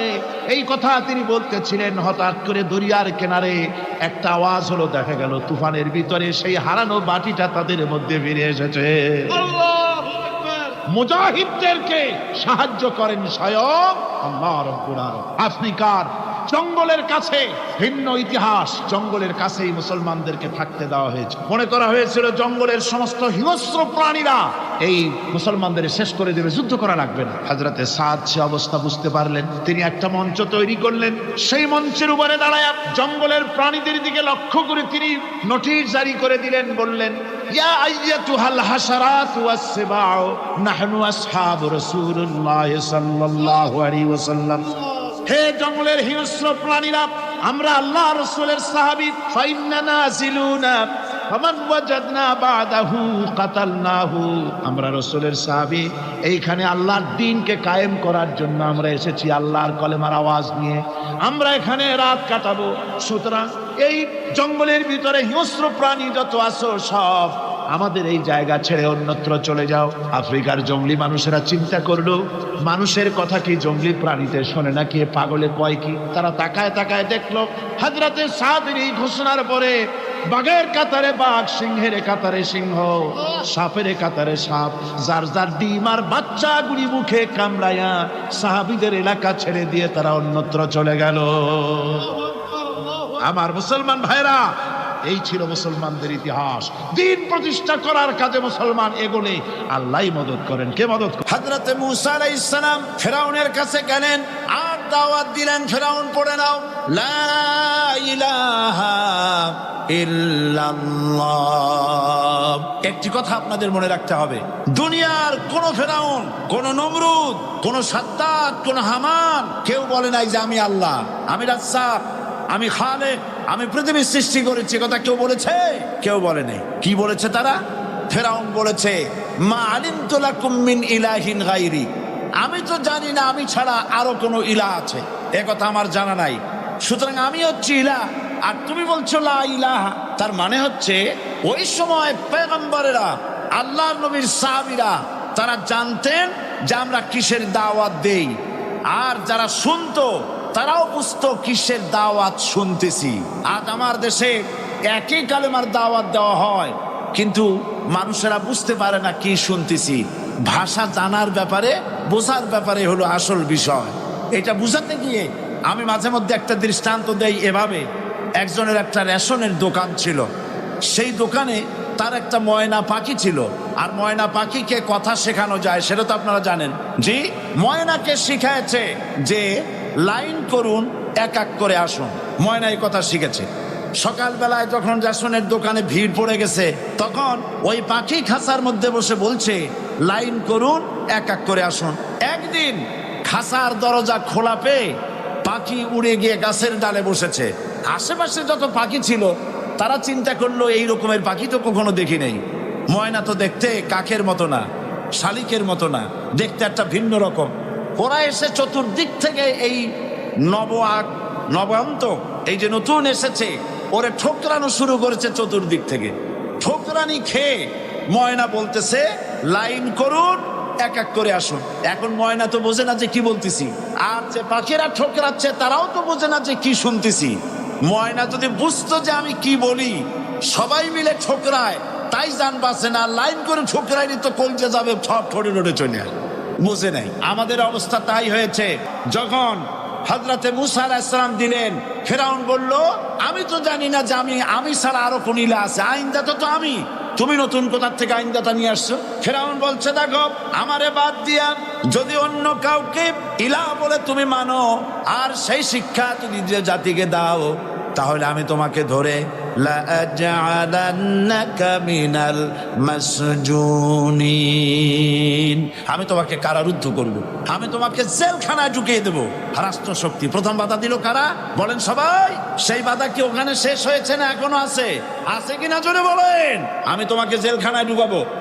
হযরতে মূসা আলাইহিস সালাম বলেন ফেরাউন, জেলের ভয় আমি করি না, আমার কি জেলের ভয় দেখায় লাভ নাই, আমি আল্লাহ পাকের পয়গম্বর হযরতে মূসা আলাইহিস সালাম। ফেরাউনের দলবল আছে, লোক লস্কর আছে, তার অস্ত্রের অভাব নাই। আল্লাহ রাব্বুল আলামিন মূসা আলাইহিস সালামের কাছে একটা অস্ত্র দিয়ে দিলেন। দিছিলেন কিনা? আল্লাহ পাক হযরত মূসা কি বলেছেন, ওয়া মা তিলকা বিয়ামিনিকা ইয়া মূসা, মূসা রে তোমার হাতে ওটা কি? মূসা আলাইহিস সালাম বললেন এটা লাঠি। আল্লাহ পাক বললেন ফেলে দাও লাঠি। লাঠি ফালায় দিলেন। কি হয়ে গেল? হিয়া হাইয়াতুন তাসআব, লাঠি হয়ে গেল। এখন লাঠি পড়ে সাপ হয়ে গেল। সাপ দেখে নবী, ওলি হোক, সাহাবী হোক আর আলেম হোক, সাপ দেখলে ভয় করে না মানুষের? মুসা আলাইহিস সালাম ভয় পেয়েছে। আল্লাহ রাব্বুল আলামিন হযরত মুসাকে শোনায় দিলেন, খুযহা ওয়া লা তাখাফ সানুঈদুহা সিরাতাহাল উলা। খুব ধরো, লা তাখাফ, ভয় পেও না। আল্লাহ বলছেন ধরো, ভয় পেও না। ধরার সঙ্গে সঙ্গে স্বাভাবিক অবস্থায় ফিরে আসবে, আবার লাঠি হয়ে যাবে। এখন আল্লাহ বলছেন ধরো। মুসা আলাইহিস সালাম কি ভয় পাওয়া উচিত হবে? উচিত হবে। মুসা আলাইহিস সালাম কি ভয় পাইছিলেন? কারণ হচ্ছে এই দুশমনের শক্তিটা খুব বড়ই দেখা যায়, মনে হয় যেন অনেক বড় কি জানি কি। আল্লাহ পাক বলছেন ইন্না কাইদাশ শায়তানে কানা দাঈফা, শয়তানের চক্রান্ত যতই তুমি মনে করো অনেক ষড়যন্ত্রের জাল বিস্তার হয়ে আছে, আল্লাহ কয় কিছুই না, দাঈফা অত্যন্ত দুর্বল। আল্লাহ পাক বললেন ধরো। মুসা আলাইহিস সালাম সাপ ধরলেন, সঙ্গে সঙ্গে লাঠি হয়ে গেল। ফিরআউন বরদাস্ত করলো না, রাষ্ট্রশক্তির পক্ষ থেকে আক্রমণ শুরু হলো। অপরাধ কি? মুসা আলাইহিস সালামের অপরাধ কি? কি অপরাধ? মাশাআল্লাহ, বুঝতে পেরেছেন। অপরাধ হচ্ছে তিনি বলেছেন লা ইলাহা, জোরে বলেন লা ইলাহা ইল্লাল্লাহ। এই কালেমাকে আজ আমরা ভিক্ষার বুলি বানাইছি। এটা হলো সার্বভৌমত্বের বুলি, এটা হচ্ছে আল্লাহ পাকের সার্বভৌমত্বের কথা। আজ আমরা মানুষের কাছে আমরা শুনি, মানুষেরা ভিক্ষা চায়, লা ইলাহা ইল্লাল্লাহ, এক মুঠ চাউল দেন, লা ইলাহা ইল্লাল্লাহ 10 খান পাই দেন। এই হচ্ছে কালেমার জিকির। আবার কেউ কেউ জিকির করতেছে লা ইলাহা আস্তে, ইল্লাল্লাহ জোরে, এমন জোরে কলব সাফ করে, কলব তাতে থাকলেও পারে গেলেও পারে। এই কালেমার জাত, এর আঘাত পয়গম্বররা মেরেছেন। হযরতে মুসা আলাইহিস সালাম যখন বলেছেন লা ইলাহা ইল্লাল্লাহ, এই ধাক্কা ফিরআউন বরদাস্ত করতে পারে নাই। দরিয়ায় নীলের ভিতরে আল্লাহ পাক ডুবাই শেষ করে দিয়েছেন, দেন নাই? হযরতে মুসা আলাইহিস সালাম তার উম্মতেরা দরিয়ার পাশে বসে দ্বীনি কথাবার্তা বলতেছেন। এমন সময় ফিরআউন, তার শত্রু হচ্ছে মুসা আলাইহিস সালাম। শত্রু কেন? মুসা কি ফিরআউনের পাকা ধানে মই দিয়েছে নাকি? বলেন আপনারা। তার হালের গরু পিটায় মারছে নাকি? অপরাধ হলো তিনি আল্লাহর জমিনে আল্লাহর আইন প্রতিষ্ঠার কথা বলেছেন। এই শুধুমাত্র এই অপরাধে ফিরআউন তার দলবল নিয়ে 3 দিক থেকে আক্রমণ করেছে। মুসা আলাইহিস সালামের উম্মতেরা ভয় পেয়ে গেছেন। তারা বলছেন ইন্না লামুদরাকুন, আমরা পাকড়াও হয়ে গেছি। 3 দিকে সাঁড়াশি আক্রমণ, 3 দিকে শত্রু, একদিকে দরিয়া, পালাবার রাস্তা আছে? হযরত মুসা আলাইহিস সালাম ভয় পেয়ে গেলেন, সারেন্ডার করলেন না। হযরত মুসা আলাইহিস সালাম বললেন কাল্লা, কখনো নয়, ভয় পাওয়ার কোনো কারণ নাই। রব্বি সায়াহদিন, অবশ্যই আমার রব আমার জন্য রাস্তা করে দিবেন, ভয় পাইও না, আমার রব রাস্তা করে দিবেন। আল্লাহ রাব্বুল আলামিন হযরত মুসা আলাইহিস সালামকে অর্ডার করলেন হাতের লাঠি দিয়া দরিয়ার উপরে আঘাত করো। হযরতে মুসা আলাইহিস সালাম দরিয়ার উপর আঘাত করলেন। রাস্তা ছিল দরকার একটার, এক বাড়িতে আল্লাহর হুকুমে লাঠি দিয়ে একটি আঘাত করার সঙ্গে সঙ্গে হযরত মুসার তার সঙ্গী সাথী দরিয়া পার হওয়ার জন্য দরিয়ার মধ্য দিয়ে আল্লাহ 12টা রাস্তা পয়দা করে দিলেন। সে আল্লাহ আছে না নাই? এত আসতে বলেন কেন? ভয় পাওয়ার কারণ আছে। রাষ্ট্র শক্তি বাধা দিয়েছে সমস্ত নবীদেরকে। কেন? নবীদের চরিত্র খারাপ? জোরে বলেন, নবীদের চরিত্র খারাপ? নবীদের চাইতে মাসুম, বেগুনাহ, উন্নত চরিত্রের মানুষ আল্লাহর আকাশের নিচের জমিনের উপরে আর হয় নাই। তোমরা যে সব নেতাদের পিছনে দৌড়াও, অমুকের সৈনিক, নেতা নেতা করে মরো, এইসব নেতা যাদের পিছনে দৌড়াও, এই নেতাগুলি, আমি জিজ্ঞেস করি আপনাদেরকে, এই নেতাগুলি জীবনে একবারও জেনা করে নাই? এ ব্যাপারে অনুসারীরা আপনারা কি নিশ্চিত? মিথ্যা কথা জীবনেও কয় নাই, প্রতারণা করে নাই, ঠাট্টা করে নাই, বিদ্রুপ করে নাই, মদ খায় নাই, মানুষ হত্যা করে নাই। কিসের নেতা? নেতা হচ্ছেন সেই ব্যক্তি যিনি বলেছেন ও আমার স্ত্রীরা, ও আমার সাহাবীরা, রাতের আধারে আমার মধ্যে যা আচরণ দেখতে পাও, দিনের আলোতে আমার মধ্যে যা দেখতে পাও, সবগুলি খুলে খুলে মানুষের কাছে বলে দাও। তার নাম বিশ্বনবী মুহাম্মদ রাসূলুল্লাহ সাল্লাল্লাহু আলাইহি ওয়াসাল্লাম। হযরতে মুসা আলাইহিস সালাম বলেন, ফেরাউনের জেলের ভয় আমি করি না, আমার কি জেলের ভয় দেখায়া লাভ নাই, আমি আল্লাহ পাকের পয়গম্বর। হযরতে মুসা আলাইহিস সালাম, ফেরাউনের দলবল আছে, লোক লস্কর আছে, তার অস্ত্রের অভাব নাই। আল্লাহ রাব্বুল আলামিন মুসা আলাইহিস সালামের কাছে একটা অস্ত্র দিয়ে দিলেন। দিছিলেন কিনা আল্লাহ পাক হযরত মুসা কি বলেছেন, ওয়া মা তিলকা বিয়ামিনিকা ইয়া মুসা, মুসা রে তোমার হাতে ওটা কি? মুসা আলাইহিস সালাম বললেন, এটা লাঠি। আল্লাহ পাক বললেন, ফেলে দাও লাঠি। লাঠি ফালায় দিলেন, কি হয়ে গেল? হিয়া হাইয়াতুন তাসআ, লাঠি হয়ে গেল। এখন লাঠি পড়ে সাপ হয়ে গেল। সাপ দেখে নবী বলি হোক, সাবি হোক আর আলেম হোক, সাপ দেখলে ভয় করে না মানুষের? মুসা আলাইহিস সালাম ভয় পেয়েছে। আল্লাহ রাব্বুল আলামিন হযরত মুসাকে শোনায় দিলেন, খুযহা ওয়া লা তাখাফ সানুঈদুহা সিরাতাহাল উলা, ধরো, লা তাখাফ, ভয় পেও না। আল্লাহ বলছেন ধরো, ভয় পেও না। ধরার সঙ্গে সঙ্গে স্বাভাবিক অবস্থায় ফিরে আসবে, আবার লাঠি হয়ে যাবে। এখন আল্লাহ বলছেন ধরো। মুসা আলাইহিস সালাম কি ভয় পাওয়া উচিত হবে? মুসা আলাইহিস সালাম কি ভয় পাইছিলেন? কারণ হচ্ছে এই দুশমনের শক্তিটা খুব বড়ই দেখা যায়, মনে হয় যেন অনেক বড়, কি জানি কি। আল্লাহ পাক বলছেন, ইন্না কাইদাশ শয়তানে কানা দাঈফা, শয়তানের চক্রান্ত যতই তুমি মনে করো অনেক ষড়যন্ত্রের জাল বিস্তার হয়ে আছে, আল্লাহ কয় কিছুই না, দাঈফা, অত্যন্ত দুর্বল। আল্লাহ পাক বললেন ধরো। মুসা আলাইহিস সালাম সাপ ধরলেন, সঙ্গে সঙ্গে লাঠি হয়ে গেল। ফেরাউন বরদাস্ত করলো না, রাষ্ট্রশক্তির পক্ষ থেকে আক্রমণ শুরু হলো। অপরাধ কি? মুসা আলাইহিস সালামের অপরাধ কি অপরাধ? মাশাআল্লাহ, বুঝতে পেরেছেন। অপরাধ হচ্ছে তিনি বলেছেন লা ইলাহা, জোরে বলেন লা ইলাহা ইল্লাল্লাহ। মুসা কিয়ামতের দিনে আল্লাহর আরশে আজিমের পিলার ধরে কাঁদবেন আর আল্লাহকে বলেন, আল্লাহ লা আসআলুকা উম্মতি, আল্লাহ কিয়ামতের দিনে তোমার কাছে আমার উম্মত চাই না, আমার মাকে চাই না, আমার বাবাকে চাই না, আমার সন্তানকে চাই না, আমার স্ত্রীকে চাই না, আমার আত্মীয় স্বজন চাই না। আসআলুকা নাফসি নাফসি নাফসি, আল্লাহ কিয়ামতের দিনে তোমার কাছে আমাকে বাঁচাও, আমাকে বাঁচাও। সবাই যখন শুধু নফসি নফসি বলবেন, ওই সময় একজন শুধু আমার নেতা, আমার নবী মুকামে মাহমুদে পড়ে বলবেন, আল্লাহর কাছে চিৎকার করে বলবেন, আল্লাহুম্মা উম্মতি, আল্লাহুম্মা উম্মতি। আল্লাহ কিয়ামতের দিন কিছুই চাই না, তুমি আমার উম্মতকে বাঁচাও। এই নবীকে চিনতে পারলা না, এই নবীকে চিনলা না, এই নবীকে মানতে পারবেন তো ইনশাআল্লাহ? সবাই বলেন না ইনশাআল্লাহ? আমার বন্ধুগণ, এক পর্যায়ে এই ইহুদি মেয়েটা দৌড়াইয়া হযরতে ফাতেমার কাছে এসে বলছে, বোন রে, তোমার সঙ্গে আজকে লাইফের একটা বড় সিদ্ধান্তে যেতে চাই, তুমি আমার জিন্দগির সব থেকে বড় পরামর্শ আজকে দিবা। ফাতেমা ডেকে ডেকে বললেন, বোন রে, তুমি আমার কাছে জীবনের কি পরামর্শ চাও? ইহুদি ডেকে ডেকে বলছে, ফাতেমা, আমার বাবা আমার জন্যে একটা ইহুদির ছেলে, শিল্পপতির ছেলে, হ্যান্ডসাম একটা ছেলেকে পাত্র হিসাবে ঠিক করে ফেলেছেন। বাবার কাছ থেকে সময় নিয়ে এসেছি, তোমার সঙ্গে পরামর্শ করতেছে আমি কি বিয়েতে রাজি হব কিনা। দুনিয়ায় আমার অনেক আত্মীয় স্বজন আছে, আমার অনেক বন্ধু বান্ধব আছে, কারো কাছে পরামর্শের জন্য যাই না, তোমার কাছে পরামর্শ চাইলাম, কারণ তুমি কোনোদিন আমাকে ভুল পরামর্শ দিবা না। হযরতে ফাতেমা বলছেন, বোন আমার, তুমি ইহুদি, আমি মুসলিম, তোমার লাইফে এত বড় সিদ্ধান্ত আমি দিতে পারবো না, তুমি যেটা ভালো মনে করো, তোমার বাবা যা বলতে চায় তাই করে ফেলো।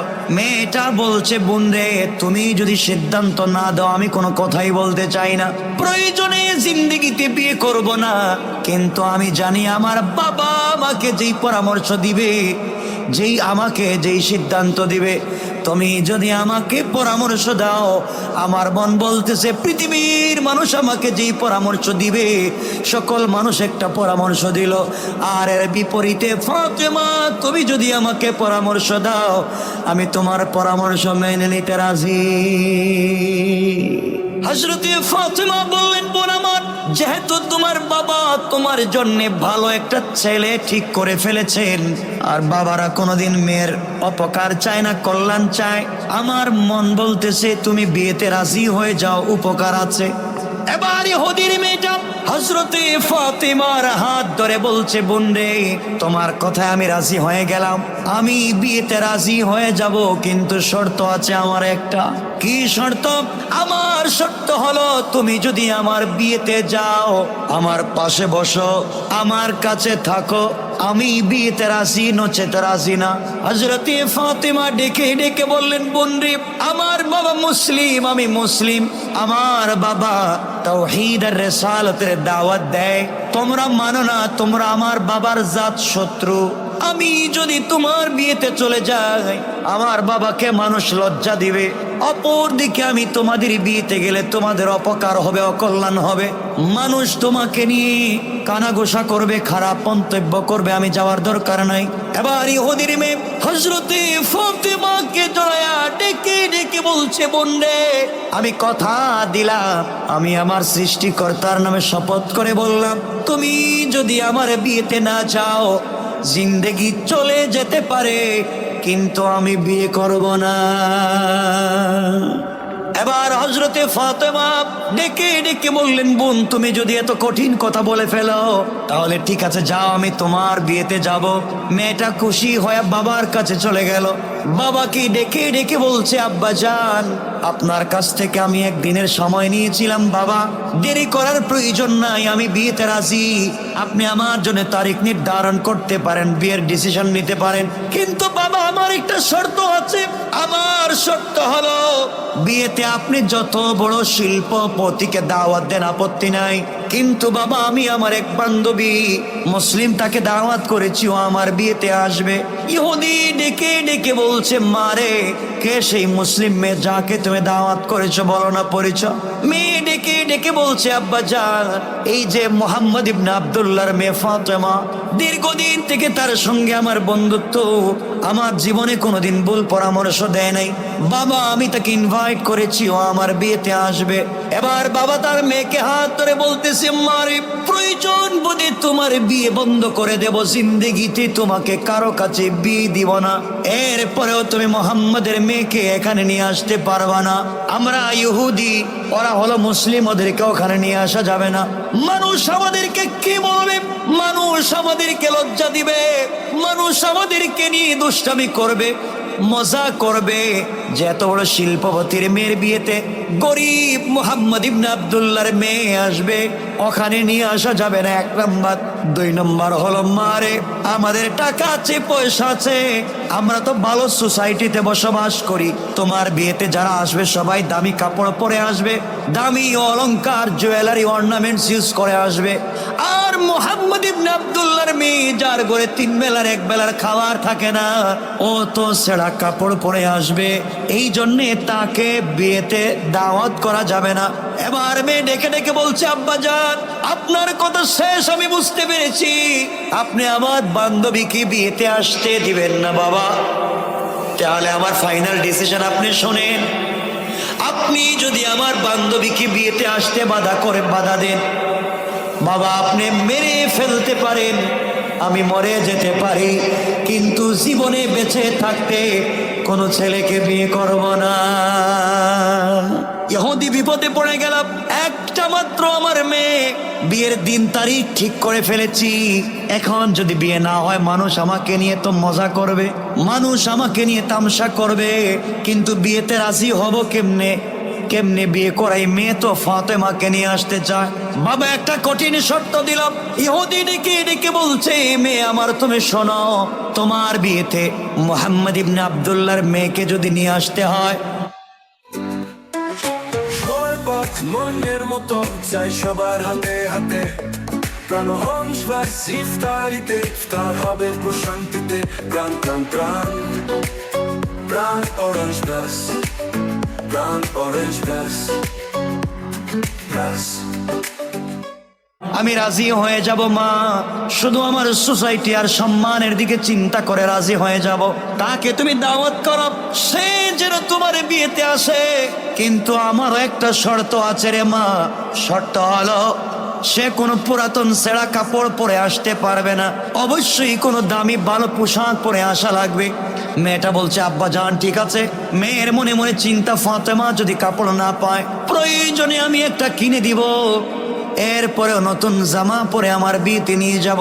মেয়েটা দৌড়ায়া হযরতে ফাতেমার কাছে সে কান্না করে বলছে বোন রে, তুমি আমার বিয়েতে যাও, আমার বাবা মানতে চায় না, আমার বাবা রাজি হতে চায় না, কোনোভাবে বিয়েতে যখন রাজি হয় না তোমাকে নেয়ার ব্যাপারে, এক পর্যায়ে শর্ত দিয়েছে তুমি যেতে পারবে, তবে নতুন জামা পরে যাওয়া লাগবে। হযরতে ফাতেমা চোখের পানি ছেড়ে দিলেন আর ডেকে বললেন বোন রে, তুই কেমনি বললি নতুন জামা পরে তোর বিয়েতে আমি যাব?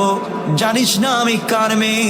আমার বাবা আল্লাহর কাছে চাইলে দুনিয়াকে স্বর্ণ বানায়া দিতে পারতেন, আমার বাবা চাইলে আমার ঘরটাকে ডায়মন্ড দিয়ে বানায়া দিতে পারতেন, কিন্তু আল্লাহর কাছে বলেছেন আল্লাহ তাআলা দুনিয়ার জমিনে গরিবী হালত কষ্ট করে করে জিন্দেগি কাটায়া দিতে চায়, কিন্তু ইন্তেকালের পরে একটা মিনিটের জন্য তোমাকে যেন না হারাইয়া যায়। আমার বোন, যেই ঘরে 3 বেলার 1 বেলার খাবার থাকে না, যার পরনে কোনোদিন নতুন জামা পরা হয় নাই, আমি কোথায় ড্রেস পাবো আর তোমার বিয়েতে যাব? আমার মুসলমান বন্ধুগণ, হযরতে ফাতেমা বলছেন বোন রে, এমন দিনও চলে যায় আমাদের ঘরের চুলায় আগুন জ্বলে না, শুকনা খেজুর খেয়ে রাত দিন কাটাইয়া দেই, তুমি আমাকে বলছো নতুন জামার জন্যে?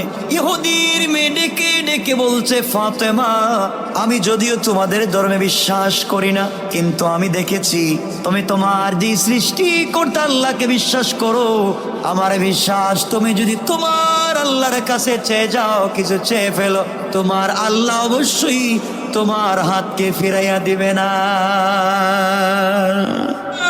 আমার বোন, আমি দেখেছি তুমি সারা রাত্র যে আল্লাহর জন্য কান্না করে কাটাইয়া দাও, আল্লাহর কাছে যদি তুমি কিছু চাও, আমার মন বলতেছি আল্লাহ তোমাকে ফিরাইয়া দিবে না। ফাতেমা আবেগী হয়ে গেলেন, আবেগী হয়ে এক পর্যায়ে বলে ফেললেন বোন রে, ইনশাআল্লাহ কথা দিলাম আমি তোমার বিয়েতে যাব এবং পৃথিবীর সব থেকে দামি কাপড় পরে যাব। কোন সুবহানাল্লাহ। ঘরে কোনো কাপড় আছে? কথা কয় না কেন? টাকা পয়সা আছে? বলে ফেলছি ইনশাআল্লাহ যাও।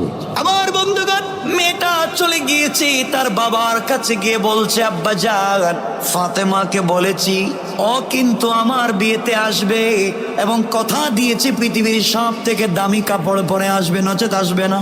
ইহুদি মনে মনে ভাবতে লাগলো ঠিক আছে, তাইলে ও কাপড় পাবে না, তোমার বিয়েতেও আসতে পারবে না।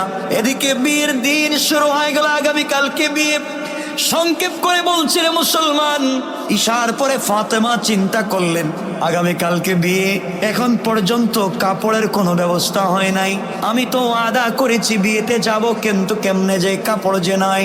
আল্লাহ বলে দিয়েছেন গোলাম রে, কোনো বিপদে পড়ে গেলে কিছু সাহায্যের যদি প্রয়োজন হয় ধৈর্য ধারণ করবা, সালাত পড়বা, ধৈর্য ধারণ করে নামাজের সিজদায় গিয়ে যদি আমি আল্লাহকে বলো, গোলাম তোর দিল যদি পরিষ্কার হয় রে গোলাম, চাইতে দেরি হবে, আমি আল্লাহর পক্ষ থেকে সাহায্য আসতে দেরি হবে না। হযরতে ফাতেমা গভীর রজনীতে জায়নামাজ বিছায়া আল্লাহকে ডাক দিয়া বলছেন আল্লাহ তাআলা, আমি সারাদিন টেনশনে থাকি, দিন শেষ হয় না কেন, দিন শেষ হয় না কেন, রাত্র হয়ে গেলে তোমার সঙ্গে একা একা কথা বলতে চাই আল্লাহ, দুনিয়ার জমিনে কেউ জানে না তোমার সঙ্গে আমার কেমন সম্পর্ক, সারাদিন না কে রোজা রাখি, রাত্র বেলা ঘরে কোনোদিন খাবার থাকে না, এরপরেও গভীর রজনীতে সিজদায় পড়ে যখন আমি যাই তোমার কাছে কিছু চাই, নামাজের ভিতরে আমি ফাতেমা যখন সূরা ফাতিহা তিলাওয়াত করি, ওগো মুনিব, ওগো আল্লাহ, তুমি তো আমার প্রত্যেকটা আয়াতের সঙ্গে এমন সুন্দর করে তুমি জবাব দাও যেন তোমার কণ্ঠের আওয়াজ আমি ফাতেমা আমার কানে শুনি। আয় আল্লাহ তাআলা, এই জন্যে আমি তোমার প্রেমে তো পাগল হয়ে আছি, দিন হয়ে গেলে চিন্তা করে রাত্র আসে না কেন? যত তাড়াতাড়ি রাত্র আসবে তত তাড়াতাড়ি তোমার সঙ্গে কথা বলবো। আয় আল্লাহ তাআলা, তোমার সঙ্গে আমার দীর্ঘদিনের সম্পর্ক, প্রতিদিন তুমি আমাকে বলো তোমার কাছে কিছু চাওয়ার জন্যে।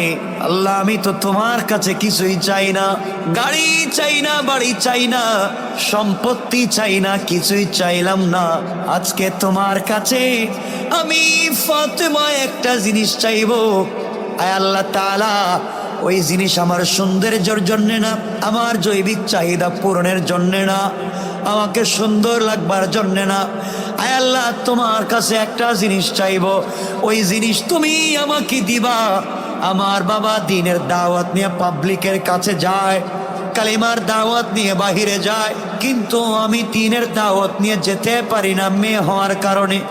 বাবার সঙ্গে কালিমার দাওয়াতে বাহিরে যেতে পারি না। আজ আমি তোমার কাছে একটা কাপড়ের আবদার করলাম, তুমি আমাকে একটা কাপড় দেবা। আগামী কালকে ইহুদির মেয়ের বিয়েতে যাব। এই কাপড় আমার সৌন্দর্যের জন্যে না, আমার চাহিদা পূরণের জন্যে না, আমার জৈবিক চাহিদার জন্যে না। এত সুন্দর একটা কাপড় তুমি আমাকে দিবা, যে কাপড় পরে ইহুদির মেয়ের বিয়েতে গেলে যারা আমার কাপড়ের দিকে তাকাবে, ওরা তাকায়া যেন কালিমা পড়ে মুসলমান হয়ে যায়। আয় আল্লাহ তাআলা, তোমার কাছে আমি এমন একটা জিনিস চেয়ে বসলাম, তুমি যদি না দাও, দীর্ঘদিন থেকে তোমার সঙ্গে আমার সম্পর্ক কিছুই চাইলাম না, আজ মাত্র একটা কাপড়ের আবদার করলাম, ওইটাও যদি তুমি আমাকে ফিরিয়ে দাও, তাহলে কিসের প্রেম, কিসের সম্পর্ক, আর কিসের ভালোবাসা? তুমি না বলো আমাদের জন্য পাগল, আমিও তো তোমার জন্য পাগল, কিন্তু এমন সম্পর্ক কিছু চাইলে যদি দেয় না। আয় আল্লাহ তাআলা, জানি তুমি আমার কথা শুনতেছো, কালকে আমি বিয়েতে যাব। মনিব, তুমি আমাকে কাপড়ের ব্যবস্থা করে দাও। তোমার বন্ধু বিশ্ব নবীর তো টাকা নাই, পয়সা নাই, তুমি আমাকে ব্যবস্থা করে দাও। সংক্ষেপ কথা, হযরতে ফাতেমা কান্না করতে লাগলেন, তাহাজ্জুদের সিজদায় কান্না করে করে কাঁদলেন, চোখের পানি ছেড়ে মোনাজাত শেষ করে যখন জায়নামাজ উঠাতে গেলেন, জায়নামাজ উঠাতে গিয়ে দেখেন ঘরের কর্নারে 2 প্যাকেট কাপড়কে রেখে চলে গিয়েছে। হযরতে ফাতেমা কাপড়ের প্যাকেট 2টা হাতে নিলেন, নিয়ে দেখেন একটা কাপড়ের ভিতরে একটা সালোয়ার, একটা কামিজ, আর একটা প্যাকেটের ভিতরে একটা ওড়না, 3টা কাপড় হাতে নিলেন। আশ্চর্য হয়ে গেলেন, ঘরের ভিতরে কাউকে আসতে দেখলাম না। কে আসলো? এত সুন্দর প্যাকেট রেখে গেল, এটা দুনিয়ার কোনো প্যাকেট তো মনে হয় না। হযরতে ফাতেমা যখন প্যাকেটের মুখ খুলে দিয়েছে, খুলতে দেরি হয়েছে, জান্নাতুল ফিরদাউসের মেশকে আম্বরের ঘ্রাণ বের হওয়া শুরু হয়ে গেছে।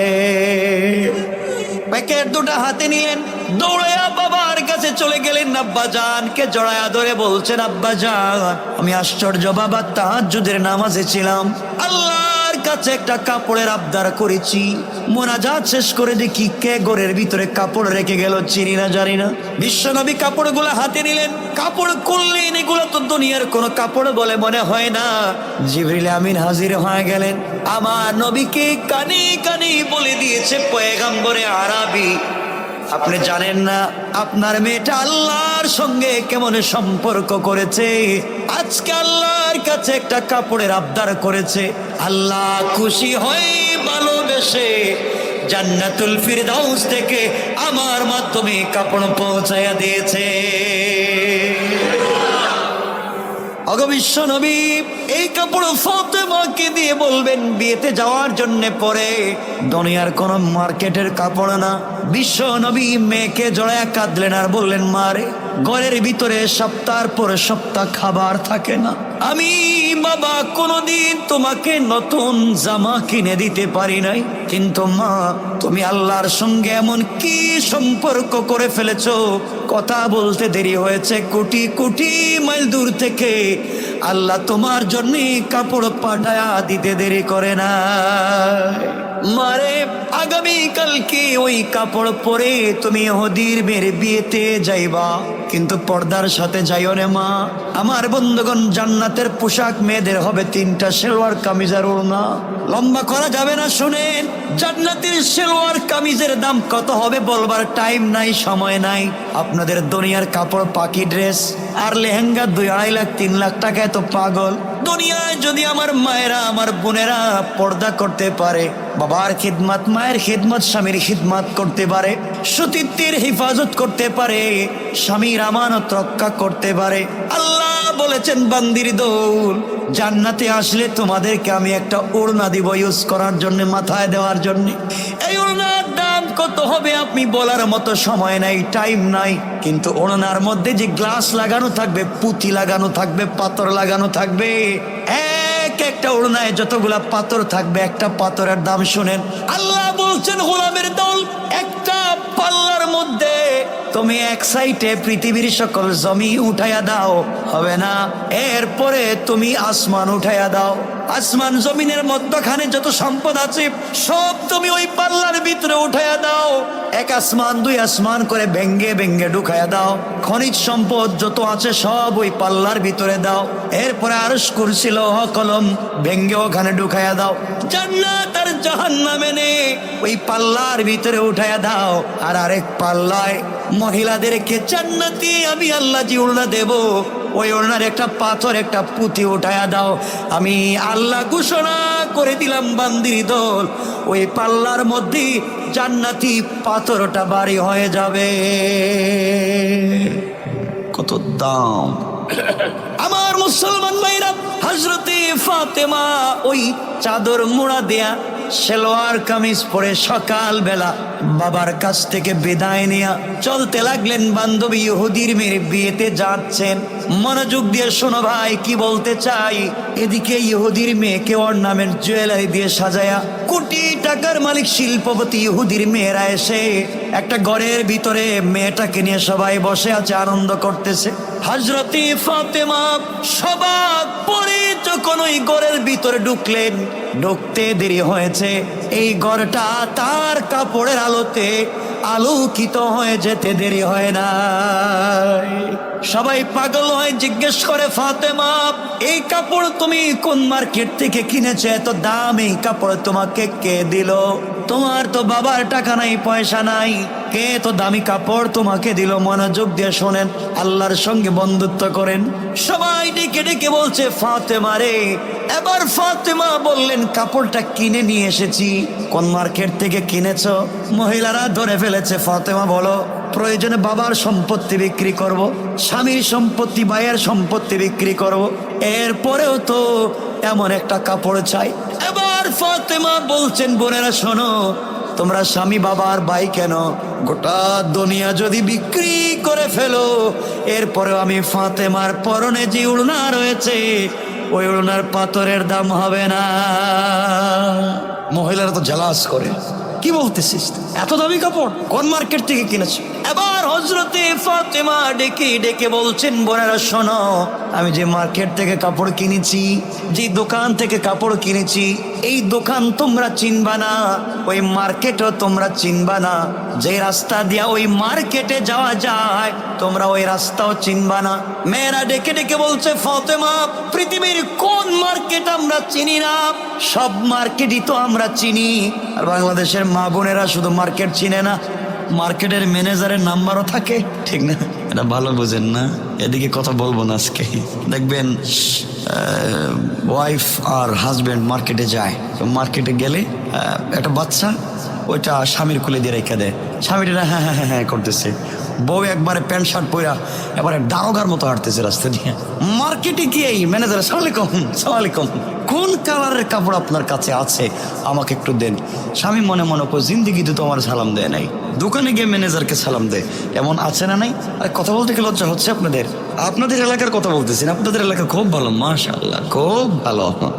আমার বন্ধুগণ, হযরতে ফাতেমা বলছেন, তোমরা মার্কেট চিনবা না, দোকানও চিনবা না, রাস্তাও চিনো না। মহিলারা বলে, কি বলো, কোন মার্কেট আমরা চিনি না? আমরা তো সব মার্কেট চিনি। নিউ মার্কেট থেকে লাগাইয়া যত মার্কেট আছে সব তো চিনি। কে বলছো তুমি? হযরত ফাতেমা বলছেন, বোন যাই বলো, এই যে মার্কেট চিনবা না। মহিলারা বলছে, ফাতেমা বলো তুমি এই রাস্তার মার্কেটের নাম বলো। এবার হযরতে ফাতেমা বলছেন, বোনেরা শোনো, আমি কি তোমাদেরকে মার্কেটের নাম বলবো? মহিলারা বলছে মার্কেটের নাম বলো। ফাতেমা বলছেন, তাহলে শোনো, আমি যে দোকান থেকে কাপড় নিয়ে এসেছি ওই দোকানের নাম জান্নাতুল ফিরদাউস, মার্কেটের নাম জান্নাত। আর যে রাস্তা দিয়া মার্কেটে গিয়েছি ওই রাস্তার নাম আমার আলোচ্য আয়াত, ইহদিনাস সিরাতাল মুস্তাকিম। আল্লাহু আকবার।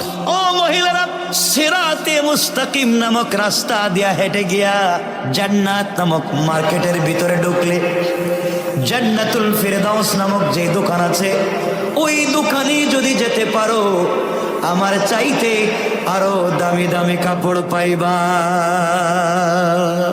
সুবহানাল্লাহ, জোরে আওয়াজ করে বলেন। মহিলারা বলছে, ফাতেমা এটা কোন মার্কেটের নাম কইলে? জিন্দেগিতে নামে শুনি নাই, মার্কেটের নাম শুনি নাই, দোকানের নাম শুনি নাই, রাস্তার নামে শুনি নাই, এটা কোন জায়গায় পাওয়া যায়?